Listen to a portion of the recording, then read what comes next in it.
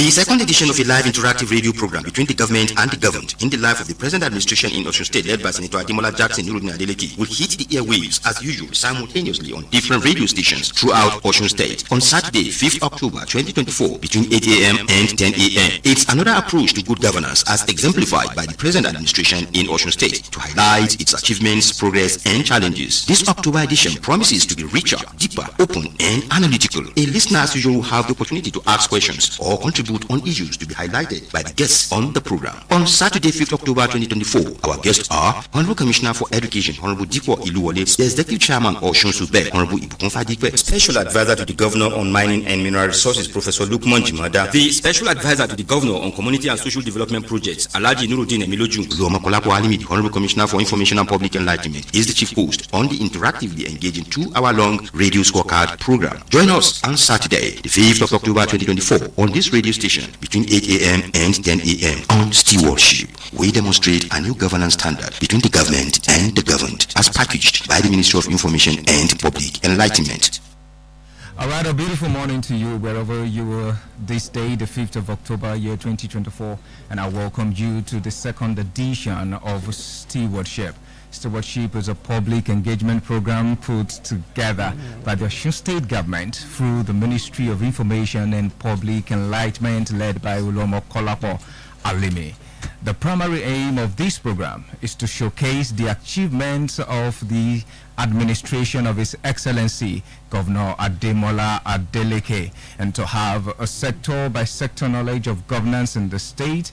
The governor's working partners such as commissioners, heads of agencies and the likes come on the program, as scheduled to enlighten you and I about the works of the present administration. It's a privilege to host this edition of Stewardship. My name is Daniel Odeyemi, and my co-host takes it up from here. Mo kiri níbikíbi tẹ́ bá ti ń gbọ́ wa lónìí ọjọ́ karùn-ún oṣù kẹwàá ọdún 2024. Ẹ káàbọ̀ sórí àkànṣe ètò iṣẹ́ ìríjú wa ẹlẹ́ẹ̀kejì irú rẹ̀. Alákọ̀ọ́kọ́ bẹ́ẹ̀ ni ó wáyé ní ọjọ́ kẹta oṣù kẹjọ ọdún tí a wà yìí. Ètò yìí wà fún akitiyan àṣeyọrí ibi tí iṣẹ́ dé dúró nípínlẹ̀ Ọ̀ṣun tí àwọn commissioners àti olùbádámọ̀ràn pàtàkì ìyẹn special advisers tí wọ́n ti máa bá wa sọ ibi tí iṣẹ́ dé dúró nípínlẹ̀ Ọ̀ṣun. Rédíò oríṣiríṣi rédíò bíi 15 ọ̀tọ̀ọ̀tọ̀ lẹ́yìn tí máa gbọ́ wa lónìí wákàtí méjì láfi ṣe ètò yìí lórí afẹ́fẹ́ eléyìí tí Oluomakolapo Alimi Commissioner for Information and Public Enlightenment tí wọ́n ṣe onígbọ̀wẹ́. Adéyínká Ọlágúnjú lórúkọ tèmi. Wọ́n ní tí a bá dé ibi iṣẹ́ ṣíṣe là á ṣe adébiṣẹ́ má ṣe àgbà ọ̀lẹ ni. Mo kí yín ẹ káàárọ̀ ẹ̀yin àlejò wa. All right, so like you heard my co-host Yinka said that this is more a network program, and when I say that it's not just OSBC, it's about all stations and the length and breadth of Osun State connecting to this program, so you can hear and partake of this stewardship program, such that you can also ask questions when it's time, wherever you are, whether it's from Ilarogun, or somewhere in Owena, you can get to be part of this program. All right, this morning we'll have a number of guests here with us in the studio. We'll have the Honorable Commissioner for Education, Honorable Dipo Iluwole. Also seated is the Executive Chairman of Suburb in Osun State, Honorable Ibukun Fadipe. We also have with us the Special Advisor to the Governor on Mining and Mineral Resources, Professor Lukman Jimada, and of course the General Manager of Osun CSDP, Mrs. Funke Abokede. I hope I got your name right, ma. All right. Abokede. All right, beautiful. Bẹ́ẹ̀ ni bí olóyìnbó ṣe sọ àwọn àlejò wa wọ́n ti wà ń kalẹ̀ fún tọjọ́ tòní bá ṣe máa gbọ́ bó ṣe ń lọ nípínlẹ̀ Ọ̀ṣun ibi tí wọ́n bá iṣẹ́ dé. Lára àwọn àlejò wa ẹni àkọ́kọ́ ni Honorable Dipo Iluwole, Commissioner for Education. Mo kí yín ẹ káàárọ̀. Ẹ ṣé mo dúpẹ́. Bẹ́ẹ̀ ni àlejò ẹ káàárọ̀. Ẹni kejì wa ni Honorable Ibukun Fadipe, Executive Chairman Superb Osun State. Mo kí yín sir ẹ káàárọ̀. Ẹ kojúmọ́ Adékè Ògbó ìpínlẹ̀ Ọ̀ṣun. ẹ káàbọ̀ mo gbàgbé pé Professor Lukman Jimoda ṣe mo gba orúkọ yẹn bẹ́ẹ̀ ni ẹ káàárọ̀ special adviser to the governor on mining and mineral resources ẹ káàárọ̀ sir. ẹ káàárọ̀ madam. SA CSDP Alhaji Nurudeen Emiloju ẹ káàárọ̀ sir mo kí yín o. ẹ káàárọ̀ mo kí yín. wọ́n ní ọkùnrin ló ń sọ̀rọ̀ látàárọ̀ obìnrin what man can do a woman can do more better ṣé mo gbà Yeah, you're right. Okay. Mrs. Fumi Abokede, General Manager Osun CSDP, Mokima. Ẹ káàárọ̀. We'll start off the questioning right now so that we can have the achievements of this present administration. And of course, we'll have to take the address first, a very short one, the remarks of the Honorable Commissioner for Information and Public Enlightenment, Oluomo Kolapo Alimi. Ẹ jẹ́ agbọ́rọ̀ láti ẹni tó kó wa wá síbi bíi lónìí ìyẹn Honourable Commissioner Oluomo Kolapo Alimi. Ẹ káàárọ̀. Well, to God be the glory. We have to give glory to the Almighty God who spared our life to this day. If we could recall that the first edition of this feedback program came up on August 3rd. The program could name Stewardship in English and ISE IRIJU in Yoruba, wherein we featured the Honorable Commissioner for Special Duties, Dr. B.T. Salam, and the team from the Ministry of Works. They informed the state, they told the state what they have done in the works.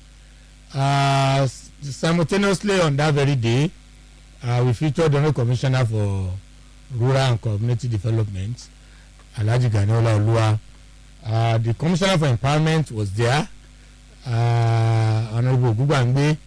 The Special Advisor to the Governor on Health, Dr. Akindele, was there. The Honorable Commissioner for Health was there, and a host of others. It was then the Special Advisor to the Governor on Agric was also there. Today is the second edition, barely 2 months ago.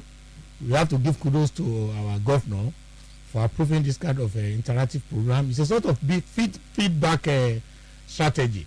We want to hear directly from the people, while at the same time we want those that are minding the affairs of this state to come directly and give their stewardship to the people, however they have gone. So that is why we have to give kudos to our governor. And let me say, this is the first kind of this is the first type of this program, because before this kind of program has never taken place in this state. Because as we are talking now, simultaneously, virtually all the radio stations in Osun State are hooking up to this program. We have in Osogbo the OSBC, the studio where we are using here. The Ref FM is on live on this program. The Fresh FM is on live on this program.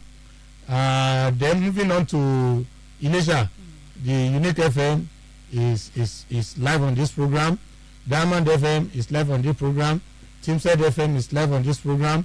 Then we move on to even around that vicinity now. We have a vicinity FM is live on this program. Augusto FM is live on this program.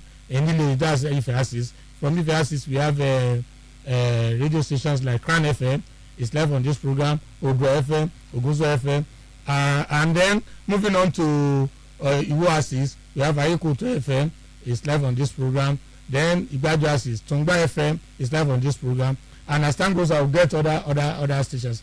It is a network program to ensure that our people actually get to know what the government is doing. And so I welcome everybody to this the second edition of this program, and I want our people to be very, very attentive, listening to those that are representing you, and at the appropriate time, after like an hour, the phone will be open, will be on, so that people can call in on this program. We have always been saying that these governments welcome constructive criticism anytime, any day, because it's the government of the people, and our governor, Senator Ademola Jackson NURUDEEN Adeleke, is a kind of person who believe in the transparency and accountability. So on that note, I welcome you all to this second edition of this program. Commissioner wa ẹ̀sùn púpọ̀ ẹ bá wa sọ ní èdè Yorùbá ẹ má bínú. Adé mi ò ṣe wí ní èdè ìfúnẹ̀fẹ̀tẹ̀ torí pé a fẹ́ jẹ́ kí èdè ètò yìí kó wà fún olóyìnbó àti fún Yorùbá. Ẹ tí a bá rántí pé níbi oṣù méjì sẹ́yìn ní kókó ní ọjọ́ kẹta oṣù kẹjọ òun la ṣe àkọ́kọ́ irú ètò yìí ò tí ì wáyé rí ní ìpínlẹ̀ Ọ̀ṣun nítorí pé bí a ṣe ń ṣe ètò yìí lọ́wọ́lọ́wọ́ ń sìn gbogbo rédíò tó wà ní ìpínlẹ̀ Ọ̀ṣun pátápátá gbogbo ẹ̀ ní àjọ fọwọ́sowọ́pọ̀ láti máa gbé ètò yìí jáde pé bá a ṣe ń sọ̀rọ̀ yìí o iléeṣẹ́ ibi tí a ti ń gbé jáde gangan ní OSBC ṣùgbọ́n gbogbo iléeṣẹ́ tá a jọ fọwọ́sowọ́pọ̀ nínú wọn ní Ref FM wà nínú wọn náà ní Fresh FM ibẹ̀ ni wọ́n wà nínú wọn náà ní Unique FM tá a bá lọ sí Alisha ibẹ̀ ni wọ́n wà Fresh FM wà ń bẹ̀ Unique FM wà ń bẹ̀ Diamond FM wà ń bẹ̀ Teamside FM wà ń bẹ̀ ifo Radio Nigeria bẹ́ẹ̀ ni Radio Nigeria Good FM wọ́n wà ń bẹ̀ so tá a bá tó wá kúrò ní angubẹ̀ Afesiniti FM ní ilẹ̀ Ìjẹ̀ṣà náà wọ́n tún wà ń bẹ̀ tá a bá lọ sí Ilé-Ifẹ̀ Crown FM wọ́n wà ń bẹ̀ Oòduà FM àjọ ń ṣe papọ̀ ni lọ́wọ́lọ́wọ́ ń sìn Ògúnṣùà FM ẹ gbọ́dọ̀ máa gbọ́ wa lórí rẹ̀ bá a ṣe ń ṣe Tùngbà FM nígbàjọ àwọn náà wọ́n wà ń bẹ̀ so gbogbo àjọṣepọ̀ yìí gbogbo ó yẹ ká wá gbé òṣùbà àgbàǹbà fún gómìnà wa nítorí pé gómìnà wa jẹ́ ẹni tí ó fẹ́ràn àkóyawọ́ kò dẹ̀ fẹ́ kí etí aráàlú kó di sí iṣẹ́ tí ìjọba ń ṣe ìgbà tá a kọ́ ṣe ti alákọ̀ọ́kọ́ níbi oṣù méjì sẹ́yìn àwọn iléeṣẹ́ ìjọba tó wá ń gbà yẹn ẹni tó wà fún ètò àkànṣe àwọn náà ṣe ju iléeṣẹ́ òde pẹ̀lú àwọn ìgbìmọ̀ wọ́n sọ bí tí iṣẹ́ ọ̀nà àti iṣẹ́ iléeṣẹ́ wọn tí wọ́n dé dúró àwọn tí wọ́n wà fún rúrà Alhaji Gani Ọláolúwa wọ́n wà níbi Dr. BT ló ṣe tọ́jẹ́ commissioner for iṣẹ́ àkànṣe wọ́n wà níbi ìgbà yẹn àwọn elétò ìlera Honourable Jọlá Akíntọ́lá tó wà fún tó jẹ́ commissioner fún ètò ìlera wọ́n wà níbi ìgbà yẹn Dr. Akíndélé tó jẹ́ special adviser àwọn náà wà níbi àwọn elétò ọ̀gbìn náà tó special adviser fún ètò ọ̀gbìn wọ́n wà níbi ìgbà yẹn Honourable Ògúngbàngbé tí wọ́n wà fún èrònilágbára àwọn náà wà níbi níta ṣe ń gbà yẹn ni adẹ̀ṣe àwọn èèyàn dẹ̀ béèrè wọ́n dẹ̀ ṣàlàyé ọ̀rọ̀ ó dẹ̀ dùn ó láàrin so nítorí ìdè ilé afẹ́ kí gbogbo àwọn èèyàn wá farabalẹ̀ kádẹ́mọ̀ yìí pé gómìnà wa wọ́n fẹ́ràn àkóyawọ́ àwọn tá a tún kó wá lénìí àwọn tó jẹ́ ògúnnágbòǹgbò ni wọ́n ti kà wọ́n àwọn tó wà nínú ilé ń bì àwọn atọ́kùn wa wọ́n máa bá wa béèrè lọ́wọ́ wọ́n dẹ̀ máa sọ bí tí iṣẹ́ dé dúró àwọn náà ṣàlàyé tásìkò bá wá tó àwọn nǹkan tí ó bá rú wa lójú ń bẹ̀ tàbí ọ̀rọ̀ táwọn náà bá fẹ́ sọ lé àsọ níbẹ̀ mo fẹ́ fi yé wa yí pé gómìnà wa o Ademola Adeleke ó fẹ́ràn àkóyawọ́ àti sọ pé a máa wẹ́kọ̀ mú táǹpé ní constructive criticism tí a bá rí ibi tó kù sí kó sọ fún wa a dẹ̀ máa ṣe àtúnṣe lẹ́ẹ̀kan sí mo kí gbogbo akábọ̀ sí orí ètò yìí iṣẹ́ ìríjú wa ẹlẹ́ẹ̀kejì rẹ̀ ẹ̀yin atọ́kùn ẹgbàá lẹ́nu mi. Honourable Commissioner ẹ ṣeun púpọ̀ gẹ́gẹ́ bí Honourable Commissioner wa wọ́n ṣe sọ̀rọ̀ olúọmọ Kọ́lápọ̀ Alimi wọ́n ní rédíò ọ̀tọ̀ọ̀tọ̀ ni wọ́n ti ń gbọ́ wa iléeṣẹ́ tá a wà báyìí OSBC rédíò ní àwà lẹ́tí ń gbọ́ wa tí ẹ sì ń wò wá Tùngbà FM ó wà ń bẹ̀ ẹ lè máa gbọ́ wa Good FM Vicinity FM Odùduwà FM bẹ́ẹ̀ ni Diamond FM Unique FM nílùú Iléṣà ẹ máa gbọ́ wa báyìí Rave FM Crown FM Ògúnṣùà FM Ayékòótọ́ FM àti bẹ́ẹ̀ bẹ́ẹ̀ lọ Fresh FM àti Fresh FM nílùú Òṣogbo ẹ jẹ́ á bẹ̀rẹ̀ pẹ̀lú Honourable Commissioner wa Honourable Commissioner for Education Honourable Dikko Eluwole mo kí yín lẹ́ẹ̀kan sí ẹ káàárọ̀. ẹ ṣe àkójúmọ́. bẹ́ẹ̀ ni gẹ́gẹ́ bí ètò ìṣe wà fún iṣẹ́ ìríjú wa ibi tí iṣẹ́ dé dúró ibi iṣẹ́ wo ni báwo ló ṣe ń lọ ní ọ̀dọ̀ yín. ẹ ṣe mo kí ẹ̀yin ará lé o àkójúmọ́ àkúgbàyé o Olúwa jẹ́ kí ìgbà dẹ̀ wá lọ́rùn o. Ní àkọ́kọ́ mo kọ́kọ́ dúpẹ́ lọ́wọ́ ìjọba ìpínlẹ̀ Ọ̀ṣun nítorí pé àsọ̀bẹ́ẹ̀ ni wọ́n ní ìpinnu wípé àwọn fẹ́ tún ètò ẹ̀kọ́ ṣe ní Ọ̀ṣun wọ́n sì bẹ̀rẹ̀ àyábẹ́lẹ̀ ó bẹ́ẹ̀rẹ̀ ni wọ́n fi ṣe nítorí pé kó tó di pé wọ́n gba èkùkù jọba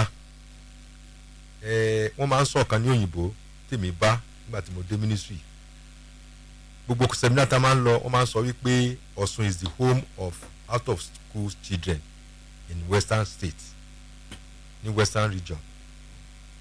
Gbogbo ìpínlẹ̀ mẹ́fà tó wà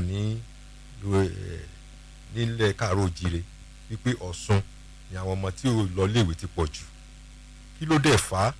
Àwọn akitiyan ìjọba àná tí wọ́n kó gbọmọ léèwé pọ̀ sójú kan tí léèwé ti wá jìnnà sí àwọn ọmọ àti délé ẹ̀kọ́, owó àti jẹun gan wàhálà, káwọn wá sọ pé owó mọ́tò láti lọ síbi ilé ẹ̀kọ́, ìdí nìyẹn tí ọ̀pọ̀lọpọ̀ fi dúró ńlé. Ṣùgbọ́n inú mi dùn láti sọ fún yín wípé nígbà tá a bẹ̀rẹ̀ pẹ̀lú education summit tí ìjọba gómìnà wa Adeleke tó fọwọ́ sí. A pè àwọn ọ̀jọ̀gbọ́n lẹ́kàǹkà lókèrè àti nítòsí fún ìjíròrò yìí. A dẹ̀ gbé àlàkalẹ̀ sílẹ̀. Lórí àlàkalẹ̀ yìí ìjọba ti gbé white paper síta. Lórí white paper yẹn la wá ń tẹ̀lé gbogbo nǹkan tó wà níbẹ̀, la mú ṣe lẹ́ka láfi kan sílẹ̀. A rí wípé kò sí ìkóra ẹni níjàánu ní ilé ìwé mọ́, ilé ẹ̀kọ́. Akẹ́kọ̀ọ́ ń ṣe bó ṣe wù wọ́n, olùkọ́ ń ṣe bó ṣe wù wọ́n. A bẹ̀rẹ̀ pẹ̀lú ìkóra ẹni níjàánu. Ìjọba ṣe àpúrúfà fún wa tá a gba àwọn afarajológun tá a ń pè ní Peace Corps tá a gba wọn sí iléèwé. Tẹ́ bá dé iléèwé sìn gbogbo wọn wà ń bẹ̀. Lákọ̀ọ́kọ́ a gba 200 igba. Àwọn yẹn ni wọ́n mójútó àwọn iléèwé wa. Ọmọ ń sá lọ iléèwé ní, ó ń sá lọ iléèwé ní, kò dé iléèwé ní o, ó ń wọṣọ míì ní o. Gbogbo orú yẹn tẹ́ bá rí sí báyìí ẹ rí pé ìlú tèrò, ó túṣẹ̀ iléèwé tòrò.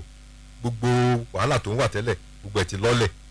Gbà tí wọ́n bẹ̀rẹ̀ yẹn wọ́n jí owó ọmọléèwé ti jíwó bí kan, wọ́n kó wá sọ́fíìsì wa sáà ní ministry àwọn Peace Corps. Bẹ̀ tí létà tí wọ́n mọ̀ pé àwọn akóra ẹni níjàánu ti bẹ̀rẹ̀ iṣẹ́, gbogbo ẹ̀ lọ́lẹ̀. Now ẹ wo ìgbà tí wọ́n ṣe ìpolongo ìbò tí a dé Iléṣà, bàbá wa kábíyèsí ọwọ́ bokun of Ìjẹ̀ṣàland kọ́lọ̀ndẹ̀lẹ̀ fún wọn. Nígbà tá a débẹ̀ láàrin àwọn àgbà ìlú ẹ̀mẹ́ta ni wọ́n bi gómìnà wa léèrè pé yunifásitì Iléṣà ṣé yóò jẹ́ ṣíṣe. Kábíyèsí gómìnà ní yóò ṣeé ṣe. Ẹ̀mẹ́ta ló béèrè Ìjẹ̀ṣà ṣe ń gbọ́ bẹ́ẹ̀ o, gómìnà wí fásitì yà jẹ́ ṣíṣe bẹ́ẹ̀ o. Mo fẹ́ sọ fún yín pé ní orúkọ Ọlọ́run part 2 ni wọ́n wà báyìí ní yunifásitì Iléṣà.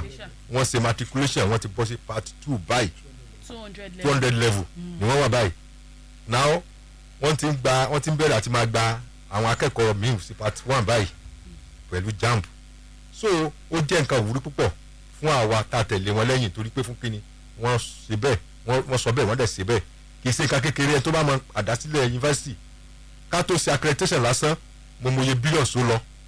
Ọ̀gá wa sá káàkiri, wọ́n fi gbogbo many things sílẹ̀ pé kó lè ṣeé ṣe, ó dẹ̀ ṣeé ṣe, àdúpẹ́ lọ́wọ́ Ọlọ́run. Kò wá ṣèyẹn nìkan, àwọn òṣìṣẹ́ college of education tó wà ń bẹ̀ tẹ́lẹ̀ tá a jogún, àwọn tó lè bọ́ sí yunifásitì bẹ́ẹ̀, àwọn òṣìṣẹ́ ìjọba àti àwọn lecturers gbogbo wọn lọ sí bíi 230 tí wọ́n jẹ́ part time. Ọ̀gá wa pẹ̀lú orí ọ̀fẹ́ Ọlọ́run ó permanent wọn.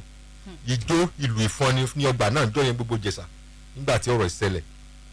So ká tẹ̀síwájú ní ètò yunifásitì lẹ́ka àwọn yunifásitì ní oṣù tó kọjá last month la lọ commission project kan, a very big project, ilé ńlá fún anatomy fún yunifásitì Ọ̀ṣun. Wọ́n nínú ẹ̀ ní orúkọ gómìnà alágbádá àkọ́kọ́ nípínlẹ̀ Ọ̀ṣun, Alhaji Isiaka Adetunji Adeleke, anatomy department. Wọ́n ní it's first of its type. Tẹ́ bá débẹ̀ lọ yẹ̀wò, ìjọ convocation wọn la lọ commission ní gómìnà commission ẹ̀. It's a very big edifice. So nídìí èyí ẹ jẹ́ kára fi ti àwọn fásitì lẹ̀. Tẹ́ bá dé Iléṣà sí lọ́wọ́lọ́wọ́ báyìí ní fásitì Iléṣà, any project ló lọ́wọ́ wọ́n ti kọ́ sẹ́ẹ̀lì fún wọn, gómìnà wa ti ṣe. Ìyẹn ní University of Iléṣà. Iléṣà bẹ́ẹ̀ ni wọ́n ṣe road, wọ́n ṣe títí àárín ọgbà wọn lọ́wọ́lọ́wọ́ báyìí ní Iléṣà. Tẹ́ bá débẹ̀ lọ wò. Síwájú sí ní grammar ilé wa pabambari. Ìgbà tí wọ́n fẹ́ máa fún àwọn akẹ́kọ̀ọ́ ní loan ní second ní grammar ní university, Ọ̀ṣun ló gba àkọ́kọ́ ló gba àpò àkọ́kọ́ ní nefund student loan ti federal government dálẹ̀ in fact àwọn executive secretary group yẹn wọ́n wá sí Ọ̀ṣun láti wá fún gómìnà ní award wípé Ọ̀ṣun is the first in the nation. síwájú sí i nígbà tá a rí wípé àwọn ọmọ ò sí iléèwé mọ́ ló lè fà wọ́n wọnú iléèwé àwa múra pé ọ̀gá wa bá gbéra láti December last year ni wọ́n á bẹ̀rẹ̀ oúnjẹ ọmọ iléèwé oúnjẹ fún àwọn ọmọ iléèwé ìjọba àpapọ̀ tún bẹ̀rẹ̀ ti pé wọ́n dẹ̀ ti fi ilẹ̀ Ọ̀ṣun nìkan ẹ lọ bèrè ní gbogbo 30 state including Abuja ló ń fún ọmọ iléèwé ní oúnjẹ ní Nàìjíríà ní nǹkan bí oṣù mẹ́ta sẹ́yìn special adviser to president on wholemeal wọ́n wá sí Ọ̀ṣun for a whole week wọ́n wá learn wọ́n wá train bí Ọ̀ṣun ṣe ń ṣe tàfi fún wọn ní oúnjẹ odidi wíìkì lẹ́fọ̀ wá sí sẹ́yìn lẹ́fọ̀ wá kọ́ṣẹ́ wọ́n wá kọ́ṣẹ́ bí wọ́n àkọ́ọ̀dì ọ̀gá wa pé ẹ̀kú iṣẹ́ síwájú sí i nígbà tá a máa dé báyẹn náà gbọ́ngbà yẹn tí ìjọba àná máa ń sọ pé àwọn practice government of unusual ní tí wọ́n sọ fún wa nìyẹn tábàdà gbéyàwó lóòótọ́ is government of unusual gbogbo nǹkan tí wọ́n ń ṣe ní Nàìjíríà lórí ètò ẹ̀kọ́ wọn kì í lọ wọ́n neglect NCE National Council on Education ìpàdé yẹn ti bẹ̀rẹ̀ báyìí lọ́la ní Abuja by tomorrow my PS ES they are going on Wednesday ni head làwọn máa lọ our commissioners pẹ̀lú minister yes lálọ sí Abuja so gbogbo conferences pátápátá tí wọ́n ṣe United Nations ní o UNICEF ní o aga gbogbo ẹ̀ là ń kópa pátápátá àti staff o àti commissioner o wọ́n sponsor wa lọ sí gbogbo ẹ̀ ó dẹ̀ wá mú èrè wá sí ọ̀dọ̀ wa tó pọ̀ mo wá fẹ́ sọ fún yín wípé ní báyìí gbogbo nǹkan tá à ń ṣe ní national competition Ọ̀ṣun ló ń ṣepò kínní recently nígbà tí ààrẹ wa Tinubu tí wọ́n fẹ́ ṣe 1 year in office wọ́n ṣe debate kan wọ́n pè ní presidential debate ní gbọ̀ngàn ìjọba gangan náà ti ṣe nínú Aso Rock nílùú Abuja Ọ̀ṣun state àwọn ọmọ wa ló ṣepò kínní by the grace of God next month ni wọ́n lọ represent Nigeria ní Malaysia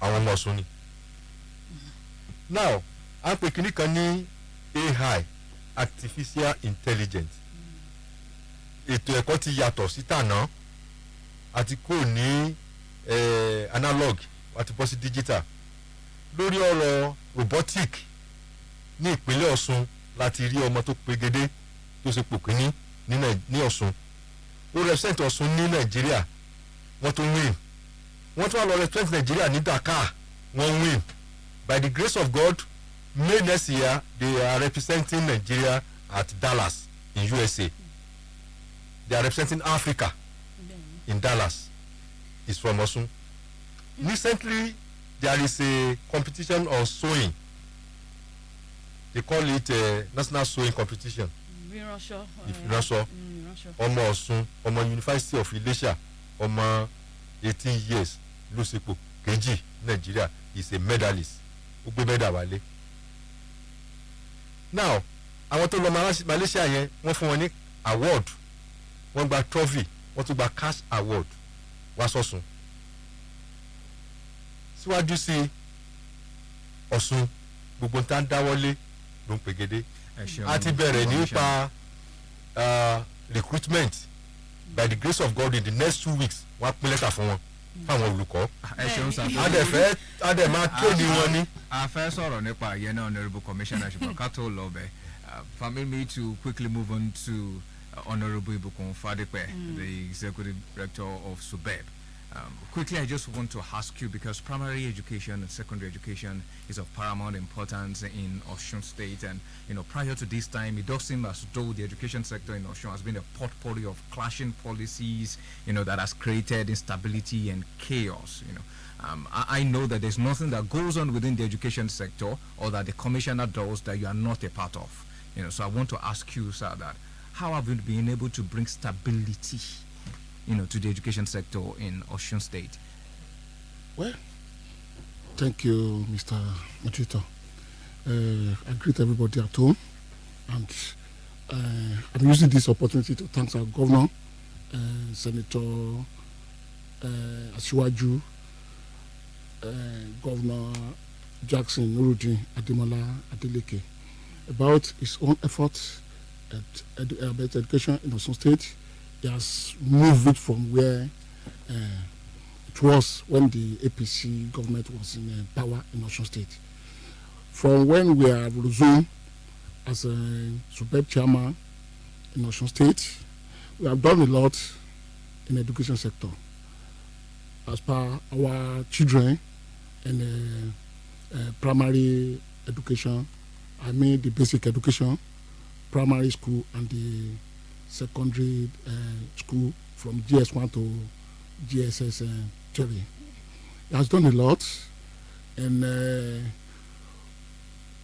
developing our education. In the first instance, as at now, about I will start from the infrastructure. As at now, when we assume the office, there's a leftover of counterpart funding and the grant that's also supposed to access from the federal government in the year 2000 and year 2001 and year 2002. The previous government could not be able to provide the counterpart funding for the state to access this grant. Meant for infrastructure? Yes, for the infrastructure and for the training of our teachers and all the betterment of our children. But with the immediately our governor assumed office, he provided the counterpart funding for the 3 years of year 2000, 2001 and 2002 that the previous government cannot be able to provide the counterpart funding for. So in this case, in 2020 counterpart funding, we are be able to do a lot from new classrooms. We built about 21 3 classrooms blocks and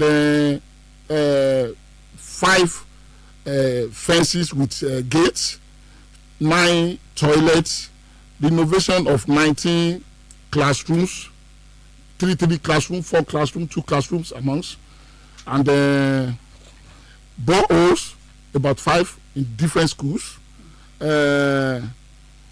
We'll be able to dip a deep well of about 18 into 80 schools, and teacher training to a level of about 650 teachers has been trained, and furnitures we have been able to do 3,224 children chairs and tables. So same thing in 2021, 29 classrooms was built, and 6 fences was constructed, different school in different schools. Same thing, different like that, and same time in the 2022. In conclusion, in total of 77 schools was built newly in 3 intervention, and across how many local governments, sir? Across the 30 local government and the office. Honourable many other projects. Honourable Ibukun Fadipe, including the ICT. ẹ mọ̀ bínú ẹ já sọ ní èdè Yorùbá fún àwọn ará ilé wa bó ló ṣe ń lọ gangan ní superb àti nípa àwọn olùkọ́ ẹ mọ̀ pé láìpẹ́ ilẹ̀ ni a gbọ́ pé wọ́n ṣẹ̀ gba àwọn olùkọ́ kan ibo ni bó ló ṣe ń lọ gangan ní ọ̀dọ̀ yín. Mo kí àwọn aráalé, mo dẹ̀ kí mo fi àsìkò láti dúpẹ́ lọ́wọ́ gómìnà wa Senator Jackson NURUDEEN Ademola Adeleke fún takuntakun tí wọ́n ṣe nípa ètò ẹ̀kọ́ fún àwọn ọmọ wa ní iléèwé alákọ̀ọ́bẹ̀rẹ̀ láti iléèwé primary 1 dé primary 6 àti láti GS1 to GS3. Nígbà tí a dé ìjọba tí ó kó gbà wọlé, wọ́n kùnà láti lè fi owó tí ó yẹ kí wọ́n fi sílẹ̀ tí wọ́n pè ní grant tí ó yẹ kí ìpínlẹ̀ Ọ̀ṣun pèsè fún ètò ẹ̀kọ́ láti lè gba owó tí ìjọba àpapọ̀ máa ń fún ìpínlẹ̀ kọ̀ọ̀kan láti Àbújá tí wọ́n ń pè ní grant ó yẹ kán ti fi counterpart funding sílẹ̀ fún year 2020 2021 2022 wọn kò ṣe yìí but nígbà tí gómìnà wa débẹ̀ wọ́n gbé owó tùlùtùlù kalẹ̀ láti lè fún ìpínlẹ̀ Ọ̀ṣun láti lè access owó yìí láti ọ̀dọ̀ federal government. Ìdí tí ọ̀pọ̀lọpọ̀ àwọn ìjọba òun kì í lè ṣe eléyìí ni wípé wọn ò ka ètò ẹ̀kọ́ kún púpọ̀. Ìdí tí wọ́n fi lè ṣe kínní ni ṣùgbọ́n torí pé gómìnà wa rí wípé ètò ẹ̀kọ́ ó ṣe pàtàkì ni gómìnà ṣe fi owó tùlùtùlù kalẹ̀ láti lè fi lọ access owó láti Àbújá tí ó ti fún wa ní ọ̀pọ̀lọpọ̀ àǹfààní láti lè ṣe ọ̀pọ̀lọpọ̀ ìdàgbàsókè ní àwọn iléèwé wa gẹ́gẹ́ bí mo ṣe ń sọ ní èdè òyìnbó lẹ́ẹ̀kan nínú ọdún 2020 a ti ṣe ọ̀pọ̀lọpọ̀ iṣẹ́ bákan náà ní 2021 àti ní 2022 lákòókò àwọn tá a ti ṣe. ẹ bá wa sọ àwọn lára àwọn iṣẹ́ tẹ̀ ti ṣe ní 2021 bẹ́ẹ̀ ṣe sọ. gẹ́gẹ́ bí mo ṣe ń sọ lọ ní 2020 a kọ́ ilé ìwé tuntun 21 ní 2022 a kọ́ ilé ìwé tuntun ní a kọ́ 29 ní 2022 a kọ́ 27 ní fẹ́ǹsì láti ṣe àwọn torí ọ̀pọ̀lọpọ̀ àwọn iléèwé wa làwọn èèyàn rẹ̀ kúrò sílẹ̀ àwọn iléèwé ọ̀pọ̀lọpọ̀ àwọn iléèwé ni àwọn ọmọ jàǹdùkú bẹ̀wọ̀ láti lè lọ́ọ́ máa kó ẹrù táwọn ọmọ wa fi ń kọ́ ìwé a ti ṣe fẹ́ǹsì ní 2020 márùn-ún sáwọn iléèwé káàkiri ìpínlẹ̀ Ọ̀ṣun bákan náà 2021 mẹ́fà ní 2022 méje tọ́lẹ̀tì láwọn iléèwé tí ò ní torí pé àlè ṣe gbó kínní lẹ́ẹ̀kan náà a máa mú láwọn ibi tó jẹ́ pé dídẹ̀dídẹ̀ ó ṣe kókó láti ṣe síbẹ̀ ní 2020 a ṣe mẹ́sàn-án 2021 a ṣe mẹ́sàn-án 2022 a ṣe márùn-ún bákan náà àwọn iléèwé tí a tún ṣe tó jẹ́ pé iléèwé tó ti bàjẹ́ tó jẹ́ pé a tún wọn ṣe tó ń pè ní renovations a ṣe 19 ní 2020 a ṣe 23 ní 2021 a dẹ̀ ṣe 36 ní 2022 bákan náà balls torí pé ọ̀pọ̀lọpọ̀ àwọn iléèwé yóò lómi àwọn ọmọ wa tó máa lọ iléèwé wọn rómi mu àti a ṣe márùn ní 2020 a ṣe mọ́kànlá ní 2021 a ṣe mọ́kànlá náà ní 2022 bákan náà àga fáwọn ọmọ wa láti jókòó níléèwé a ṣe 3,224 ní 2020 a ṣe 4,750 ní 2021 a ṣe 7,045 ní 2022 bákan náà tí àwọn olùkọ́ náà ga àwọn olùkọ́ náà a ṣe ọ̀pọ̀lọpọ̀ ní 2020 ọ̀rọ̀ tí olùkọ́ tí ẹ wá sọ̀rọ̀ bá. mo ti fẹ́ darí ìbéèrè yẹn sí commissioner for education. ẹgbẹ́ kèmí náà sọ nípa ẹ̀ torí wípé mo dúpẹ́ lọ́wọ́ commissioner wa ọ̀nà ibùdípọ̀ Olúwọlé torí pé ètò ẹ̀kọ́ ó ká wọn náà lára àkọ́kọ́ ń bẹ̀ ní ti ọ̀rọ̀ ti olùkọ́ a ti gbé ọ̀pọ̀lọpọ̀ ìgbésẹ̀ lórí tó jẹ́ pé a ti ṣe ìdánwò fún àwọn olùkọ́ tí a fẹ́ gbà 2,500 ni ṣùgbọ́n fẹ́ gbà mo dẹ̀ rò pé tescom náà fẹ́ gba 2,500 àwọn education officer 250 ni a fẹ́ gbà a ti ṣe ìdánwò fún wọn yunifásitì wa ìpínlẹ̀ Ọ̀ṣun náà ni ó ṣe ètò ìdánwò yìí bákan náà a ti ṣe interview fún gbogbo àwọn olùkọ́ yìí gẹ́gẹ́ bí commissioner ṣe sọ láàrin ọ̀sẹ̀ kan sọ́sẹ̀ méjì a máa pín ìwé ìgbanisíṣẹ́ fún gbogbo àwọn olùkọ́ yìí tí gbogbo wọn wá dẹ̀ pín wọn sáwọn iléèwé wa ní ìpínlẹ̀ Ọ̀ṣun. Honourable Commissioner, concerning the teachers' recruitment, there have been rumours that it's been riddled with favoritism. You know, people will have alliance with the People's Democratic Party, and that's why the process has been this long. How true is this? Thank you very much. It is a fallacy. It is a rumor, which is not authentic. It is never like that. Everything is on merit. I told you here on this radio first time that we are doing it on merit. And it's not that we are just taking teachers as they used to do. We are doing it on subject by subject. Each subject has its own quota. If you are taking 50 in science, physics, maybe 200 biology, maybe 300 Yoruba. Each one has its own. It's not that, okay, we employ 1,000 teachers, all the 1,000 teachers are English teachers. Where are the science? Nothing like that. Then you are talking that favoritism, there's nothing like that. We have reasoned out our cutoff.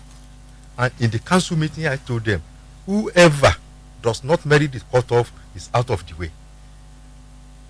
My people were panicked, but Mr. Governor said, yes, I can condone indolence. That is the language Mr. Governor said. I cannot condone indolence. If you pass, automatic, no problem. You don't need to know anybody. And there's a question of 1,000 teachers disengaged. We have told them, and all of them, many of them have even employed, got the form, and many of them passed that exam and they did interview. If they succeeded in the interview, they will be given later. So that is just it. Nobody is favorite. No favoritism. Never. Everything is going to be on merit. We will see. They will come to the radio to testify that whoever is succeeded will say, okay, I don't know anybody, I was employed. And I want to add this. The other time I was telling you that they used to say Osun is the home of out of school children. We just resume for the next new section now, 3 weeks. Not barely these 3 weeks, we have get additional 9,179 new enrollment in schools. Additional one. 9,000. Yes. 9,179 already now, to showcase the fact that Governor Senator Ademola Adeleke is performing. ẹ ṣeun púpọ̀ kọmíṣánná wa tẹ́yìn bá ṣe ń darapọ̀ mọ́ wa àkànṣe ètò eléyìí fún tí a pè ní iṣẹ́ ìríjú tí olóyìnbó ń pè ní stewardship bẹ́ẹ̀ ni ẹ já lọ sí ọ̀dọ̀ àlejò wa ìkejì bẹ́ẹ̀ ni arábìnrin Fúnmi Abókè bẹ́ẹ̀ ni ẹ jẹ́ ká àlejò wa kejì bẹ́ẹ̀ ni ẹ jẹ́ bá SACSDP ẹ jẹ́ ká bá wọn náà sọ̀rọ̀ Alhaji Nurudeen ẹ̀mí lójú ẹ káàárọ̀ mú kí yín o. ẹ káàárọ̀. ẹ káàbọ̀ sí orí àkànṣe ètò yìí. A'udhu billahi minash shaitani rajim bismillahir rahmanir rahim. Mo kí gómìnà wa ọlọ́lá wa Dr. Nurudeen Jackson Ademola Adeleke tí wọ́n jẹ́ gómìnà ìpínlẹ̀ Ọ̀ṣun. Mo dẹ̀ kí gbogbo kọmíṣánná tó wà ní ibi, mo dẹ̀ tó kí kọmíṣánná ní mínísírì mi Alhaji Gani Ọláolúwa, mo sì kí the general manager Mrs. Fúnmi Abókèdé, CSDP bẹ́ẹ̀ni tá a sì pè ní CSDA, it was CSDP, now CSDA. ó ti kúrò ní CSDP. ó ti di CSDA because agency ni à ń pè báyìí, à ń pè ní Community and Social Development Agency. Tá a bá ń pè community, àwọn ní Center of Development. Nínú fẹ̀mbà tí gómìnà wa ọlọ́lá jùlọ Aṣíwájú Jackson tí wọ́n gba ìjọba, wọ́n kọ́ declare ìtàpé ní state of emergency ní CSDA. Ìgbà yẹn èmi ò tí wà ń bẹ gẹ́gẹ́ bí special adviser. Ìyá wa ló mójútó ilé lọ́wọ́ nígbà náà. Láàrin 100 days tí gómìnà wa wà ní orí àléfà, wọ́n ṣe project tí ó dín ní 96. Dáàmì pé 100 ó dín mẹ́rin láàrin 100 days ni o. 96 projects ni wọ́n ṣe. 96 project ni wọ́n ṣe ní agency lọ́dọ̀ wa. Ara àwọn project yẹn ni ṣọ́ọ̀pù tó wà ní takọ́sílẹ́sà lock-up shop tó wà ní Àtàkùmọ́sà. Ṣọ́ọ̀pù yẹn ó ti jóná kó tó di pé gómìnà Ademola Adeleke débẹ̀. Ṣùgbọ́n nígbà tí gómìnà wa débẹ̀ ni wọ́n á fi owó sí agency wa. Ìgbà náà ìyá wa Fúnmi Abókèdé ló wà ńbẹ̀. Wọ́n á invite àwọn management ọjà yẹn. Wọ́n dẹ̀ make sure pé wọ́n bẹ̀rẹ̀ process láti access fund láti ṣe iṣẹ́ yẹn. Ní ọ̀dọ̀ wa community based projects la máa ń ṣe because àwọn community náà máa wá láti wá béèrè tí wọ́n ń fẹ́ àná dẹ́ máa ń take part níbẹ̀. Community máa contribute 5% total cost of the project tá a bá fẹ́ ṣe 95% làwọn máa ń fi sílẹ̀ tó fi máa ń jẹ́ 100%. 5% yẹn ló máa ń dúró fún ownership of your property because wọ́n máa mójútó wọ́n ní owó tá a dá táwa náà ní ipa níbẹ̀ a ní mójútó dáadáa èyí ló máa ń fà tí wọ́n fi máa ń contribute 5%. àwa dẹ̀ máa ń gbé owó fún community ni òṣèpá wà la máa ń mú bá wọn mú contractor àwọn ò ní contractor ní agency wa. ṣé ilẹ̀ máa ní ó yá ẹ̀yin báyìí lọ ṣiṣẹ́ báyìí. no community la máa dì pẹ̀lú la máa gbé owó lé wọn lọ́wọ́ wọ́n dẹ̀ máa ṣe kí ni wọ́n máa ṣe project wọn àwa dẹ̀ máa monitor bí wọ́n bá ṣe ń ṣe project wa because àwọn team of experts wọ́n pọ̀ ní agency wa tó jẹ́ pé project monitoring evaluation cost analysis wọ́n máa ń ṣe gbogbo yẹn lórí project tá à ń ṣe. mo sì sọ fún yín báyìí 382 projects 382 projects less than 2 years ní gómìnà wa láti fi sí ìta látìgbà tí wọ́n ti wà lórí àlééfà. lábẹ́ CSDA Community and Social Development Agency 382 it is verifiable that is fact check. mo sì sọ wípé a ti complete 276 láti complete nínú àwọn 382 project yẹn. àwọn project yẹn wọ́n cut across education ó wà ń bẹ̀ because a máa ń renovate schools dilapidated school especially báwa ní community tàbí àwọn oko a dẹ̀ máa ń ṣe nǹkan tó ń pè ní health rehabilitation of health centers bóyá àwọn community tẹ̀sẹ̀ ń dálẹ̀ tí wọ́n á ní bóyá wọ́n ń lo bí ilé kéékèèké kan ní health center wọn a lè bá wọn kọ́ health center tàbí ká upgrade ẹ̀ a dẹ̀ máa ń ṣe water and sanitation ìyẹn ni a máa ń construct borehole tẹ́ bá rí àwọn borehole tí iléeṣẹ́ wa ń ṣe it is a World Bank standard because àwọn lè máa rí àwọn channels la fi máa ń ṣe a dẹ̀ máa ń make sure pé gbogbo àwọn project wa substantibility rẹ̀ ó jẹ́ wá ní ogún gbogbo project mo ti wá ń sọ fún ìpàṣẹ 382 yìí o in the whole Osun state kò sí local government ẹ̀ka tó wọ́n wò tí ì dé. ní gbogbo Ọ̀ṣun. ní gbogbo Ọ̀ṣun kò sí local government kankan tí ọwọ́jà wa kò tí ì dé tí mo sì fi ń dá yín lójú pé iṣẹ́ sì tó ń lọ sí iwájú a dúró lórí 382 yẹn o it is a continue process very soon náà a tó máa fi àwọn iṣẹ́ mi náà sí ìta ìtọ́jẹ́ pé torí demand àwọn èèyàn ó ń pọ̀ gan bọ́n ẹ lè jẹ́ kí general manager mi to contribute more. All right, we'll move on now to the general manager of the CSDA, Community and Social Development Agency, Mrs. Fumi Abokede. Good morning, ma. Good morning. Very well, thank you for coming on the program. Now, let's have it.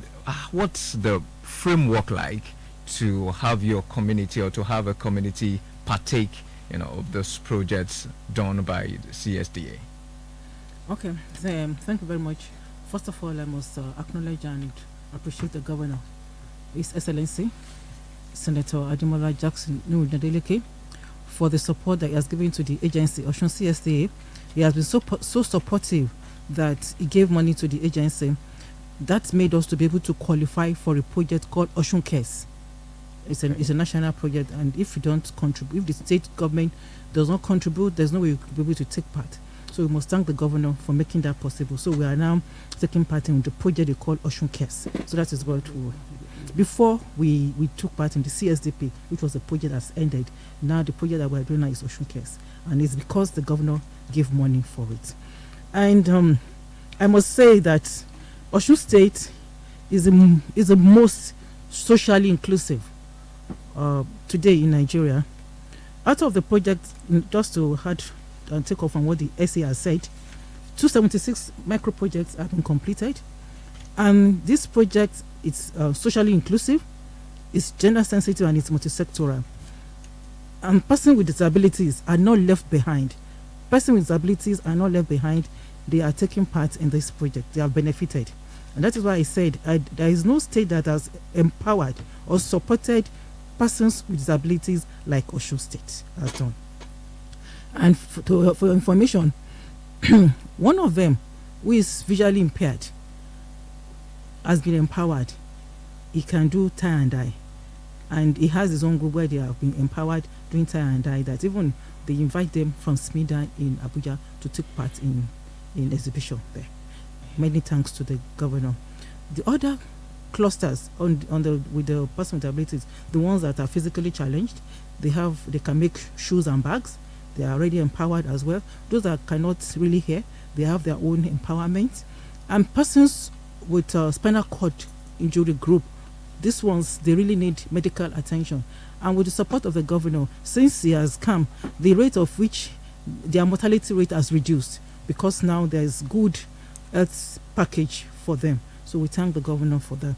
And the other project that has been done, we have 45 in education sector, which has been completed, 19 in health sectors, and 212 in water and sanitation sectors, making 276 micro projects.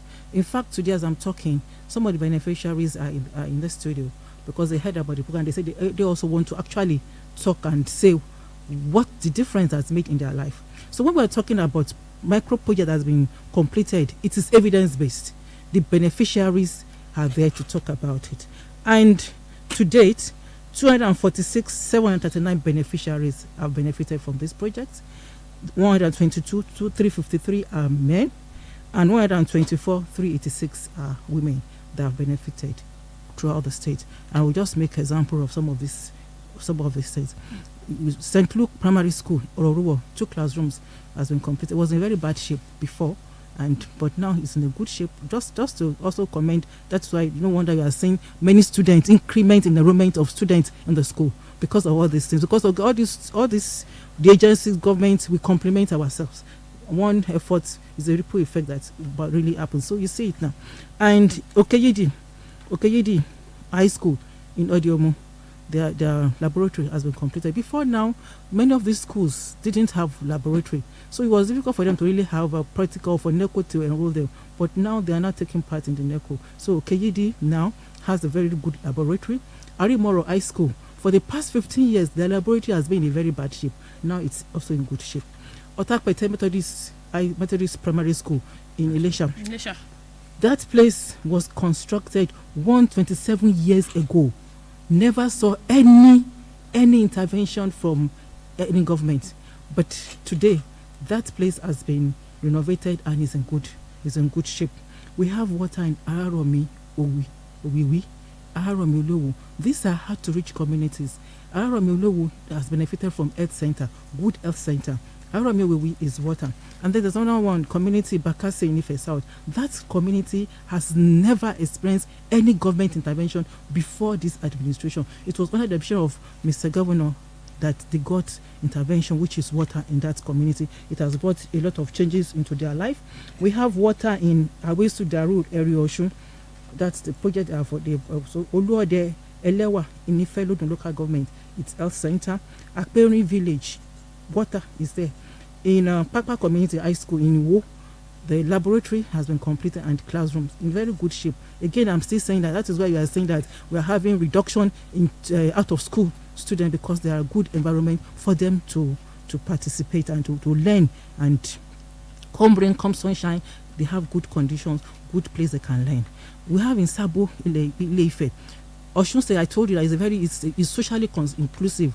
Whether you are from Osun State, you're not from Osun State, you benefit from this project. Sabo is dominated by the Hausas.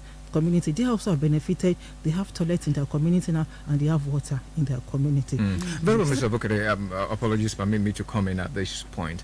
It does seem you have categories of projects you do under the CSDA.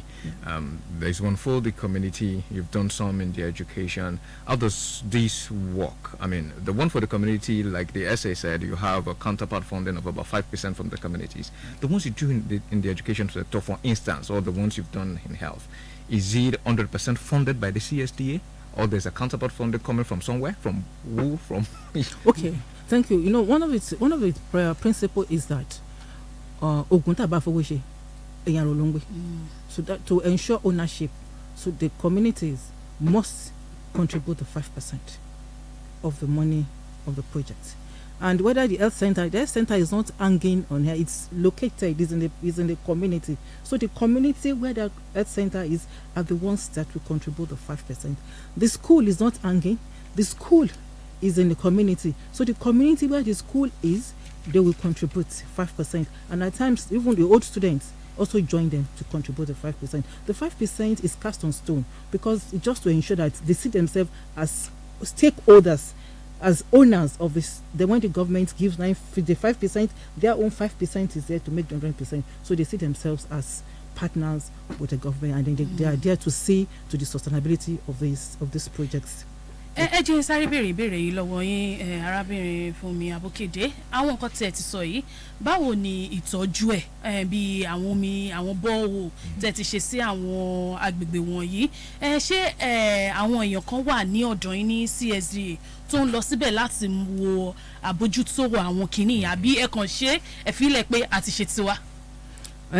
inú wọn ní nǹkan ẹni tó bá ń bá wa bàtà ló máa ń ta wọn lẹ́sẹ̀ àwọn communities nǹkan tó ń ta wọn lẹ́sẹ̀ tó ń gbòǹgbẹ fún nǹkan ni nǹkan tí wọ́n ṣe dandan láàrin wọn á mójútó ṣé n tó yẹ pé tẹ́lẹ̀ a lọ sí máìlì 4 kó tó rómi ó wá rómi nítòsí kò ní mú tójú àmọ́ kó tó di pé àtẹ̀ fún wọn lówó gan a máa ń gbé àwọn náà ló máa elect àwọn ìgbìmọ̀ tó máa ṣe kó kárí iṣẹ́ yẹn, and we call them project management committee. So they have a project management committee that we see to this project. Àwọn náà ló máa wá gba check lọ́wọ́ wa, àwọn la máa fa check lọ́wọ́ torí wọ́n ní èèyàn péréte ló ń ṣèlú. So these few ones are the ones that we and they will be held responsible. And then from the agency too, we monitor and see what is happening. And we also have what we call people's court in court, that also if any community does not maintain the project, will be referred to them and then they will be sanctioned. So they know that you cannot, if you are coming to CSDA to assess fund, that means you mean business, and it's not business as usual. So they know that definitely they must maintain it for sustainability of it. And anyone that does not sustain it, there is a punitive measure that will be meted on them. So they know that one. Bẹ́ẹ̀ni ẹ ṣeun púpọ̀ tẹ́yìn bá ṣe ń darapọ̀ láìpẹ́ láì jìnnà àwọn tó jẹ àǹfààní CSDA a máa gbọ́rọ̀ lẹ́nu wọn kí wọ́n sọ àǹfààní táwọn jẹ ní CSDA ṣùgbọ́n tẹ́yìn bá ṣe ń darapọ̀ mọ́ wa iṣẹ́ ìríjú wa náà ni ẹ̀ ń gbọ́ àkànṣe ètò lélẹ́yìí tẹ oríṣiríṣi rédíò bíi 15 náà ni ẹ ó ti máa gbọ́ wa OSBC 104.5 náà ni a wà Orísun FM bẹ́ẹ̀ ni RRS Ìwó, Gold FM Ìléṣà, Odua FM Ìléṣà, Ilé-Ifẹ̀.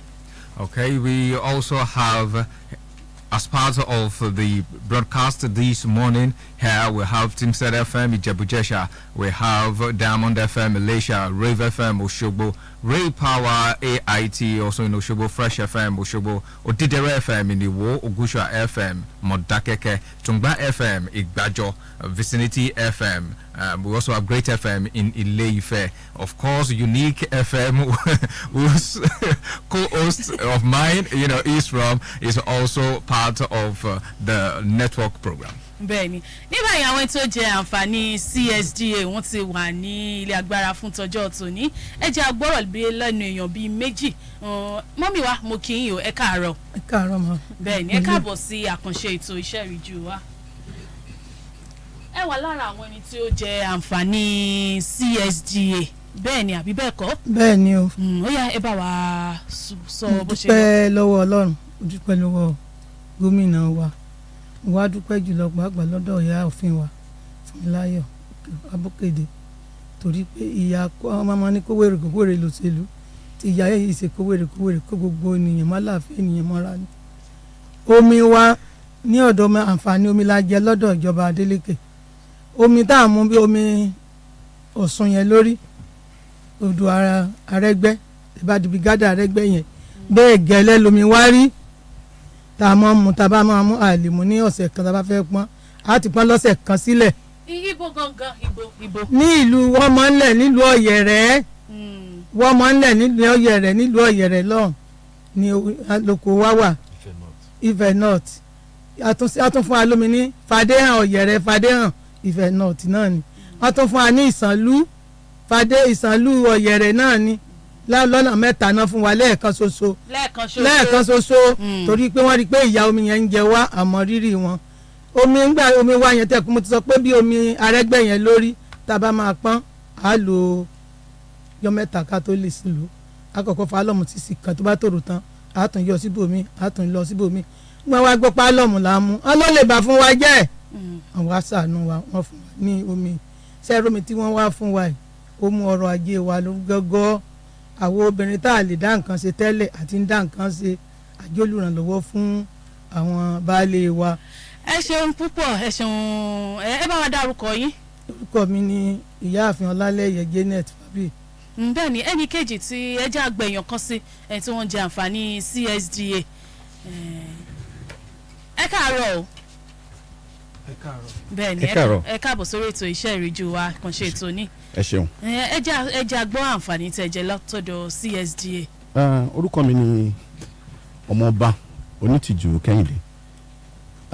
ṣe rí ìjọba tó wà lóde yìí ẹ jẹ́ kí n sọ pé ìjọba wa àkàndá ni nítorí pé kété tí gómìnà wọlé ó ní wọ́n pàṣẹ wípé fún ilé ìgbìmọ̀ asòfin tó ń pè ní executive order wípé kán pàṣẹ bíìlì tó jẹ mọ́ ọ̀rọ̀ àwọn àkàndá tó pé bíìlì yìí bíbélì wà nìyẹn tó kó gbogbo ẹ̀tọ́ wa papọ̀ nínú ìṣèjọba ní CSDA kò sí local government tí ọwọ́ ò kàn èmi jẹ́ ẹlẹ́rìí tí mo sì rí dáadáa tí ó sì jẹ́ pé àwọn èèyàn wa ti ń lò kò sẹ́ni tó ń tọrọ báárà nípínlẹ̀ Ọ̀ṣun mọ́ o nínú àwọn àkàndá ẹ̀dẹ̀ lè rí ẹni tí ó rìnrìn ọ̀bùn láàrin àwọn àkàndá nítorí pé ìjọba yìí nípasẹ̀ Ọ̀ṣun CSDA wọ́n ti yí ìgbà wa padà kò sí ẹni tó jẹ́ pé ó jẹ́ ọ̀lẹ láàrin wa mọ́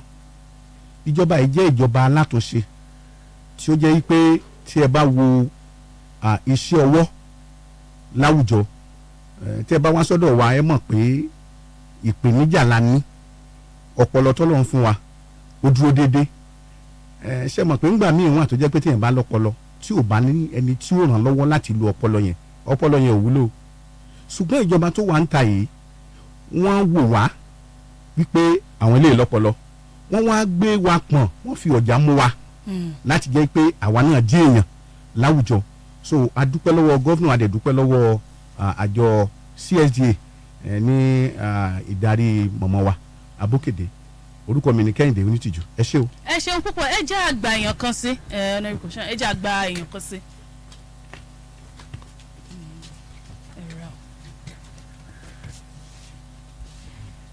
ẹ káàárọ̀. ẹ káàárọ̀. ẹ káàbọ̀ sórí ètò. ẹ ṣé gan ni. ẹ jẹ́ àǹfààní CSDA bẹ́ẹ̀ ni àbí bẹ́ẹ̀ kọ́. ṣé àǹfààní làbá pé àbá wórúkọ míì tó tún dáa jù bẹ́ẹ̀ lọ. tó tún jù bẹ́ẹ̀ lọ.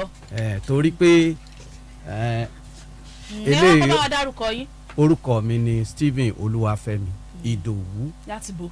láti ìpínlẹ̀ Ọ̀ṣun tí mo jẹ́ alága fún gbogbo àwọn àkàndá lọ́wọ́lọ́wọ́ báyìí. tí a bá ní ká máa kà á ilé oṣù ilé ọmọ ṣùgbọ́n ẹ jẹ́ ń sọ díẹ̀. kété tí ìjọba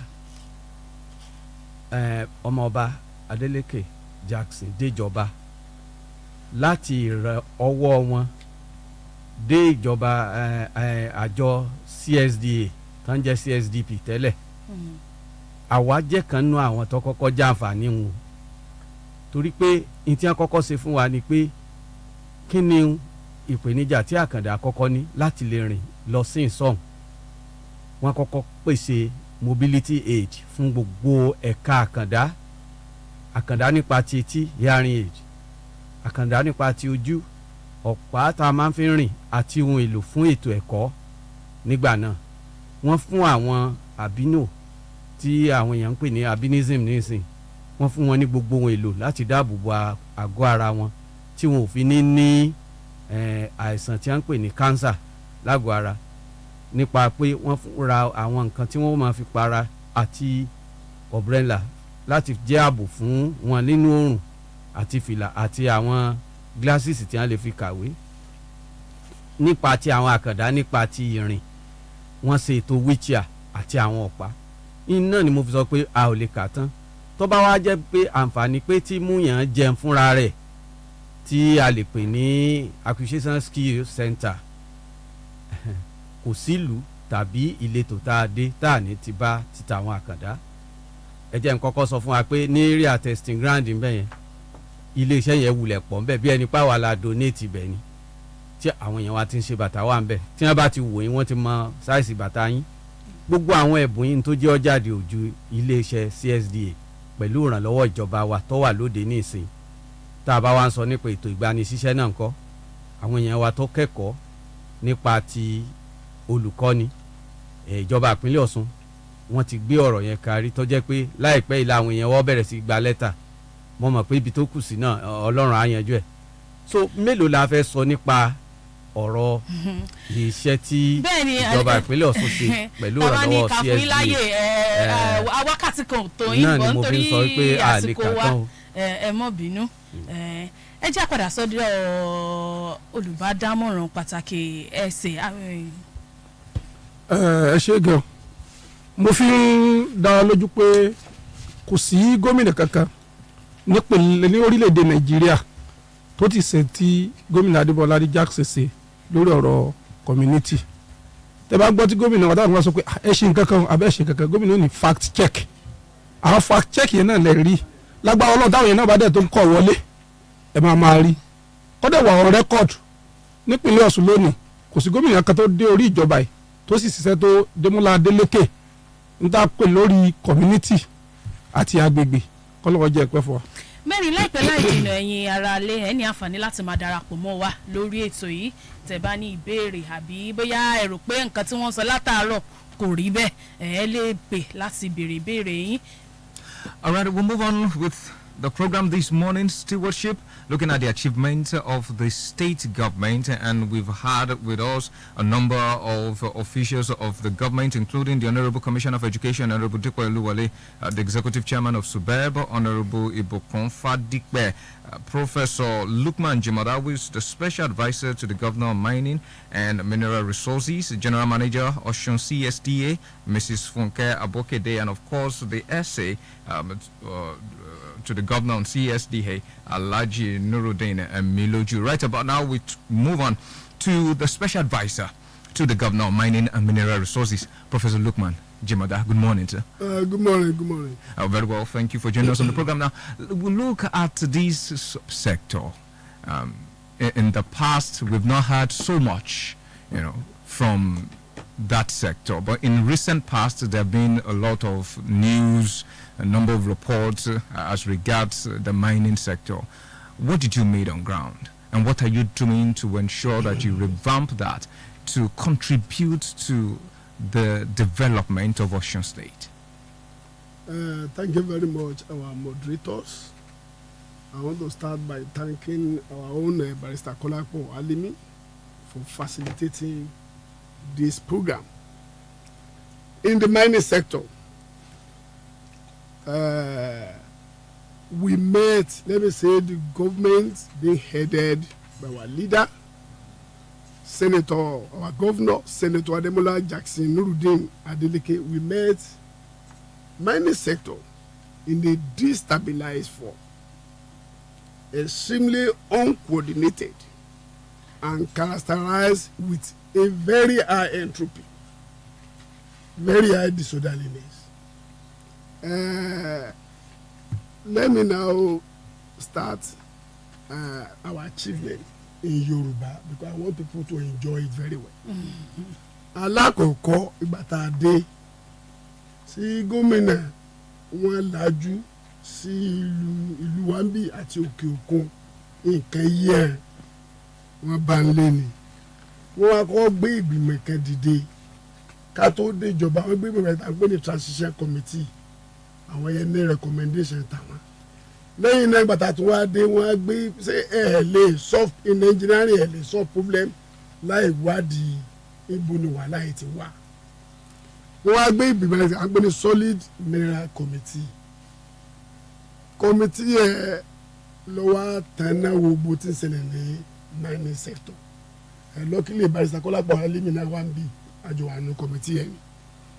níta ọkọ rí ni pé licenses ta ní Ọ̀ṣun 19 ni a ní mẹ́fà tí Ọ̀ṣun state government ní 19 a ní káàkiri gbogbo Nàìjíríà a ní mẹ́fà lọ́ṣun a ní 5 ní Kogi a ní 2 lẹ́bọ̀nyì a ní 2 ní Niger a ní kan Zamfara a ní kan ní Kaduna bẹ́ẹ̀ ni a ní 2 kan láàrin Ọ̀yọ́ mọ́ Kwara gbogbo licenses 19 gbàtà dé àwọn ìjọba tó lọ san tá n pè ní accumulated service charges wọ́n san nígbà tí èèyàn bá ní ṣọ́ọ̀bù tí ń pawó ń bẹ̀ tí ò wá sanwó ṣọ́ọ̀bù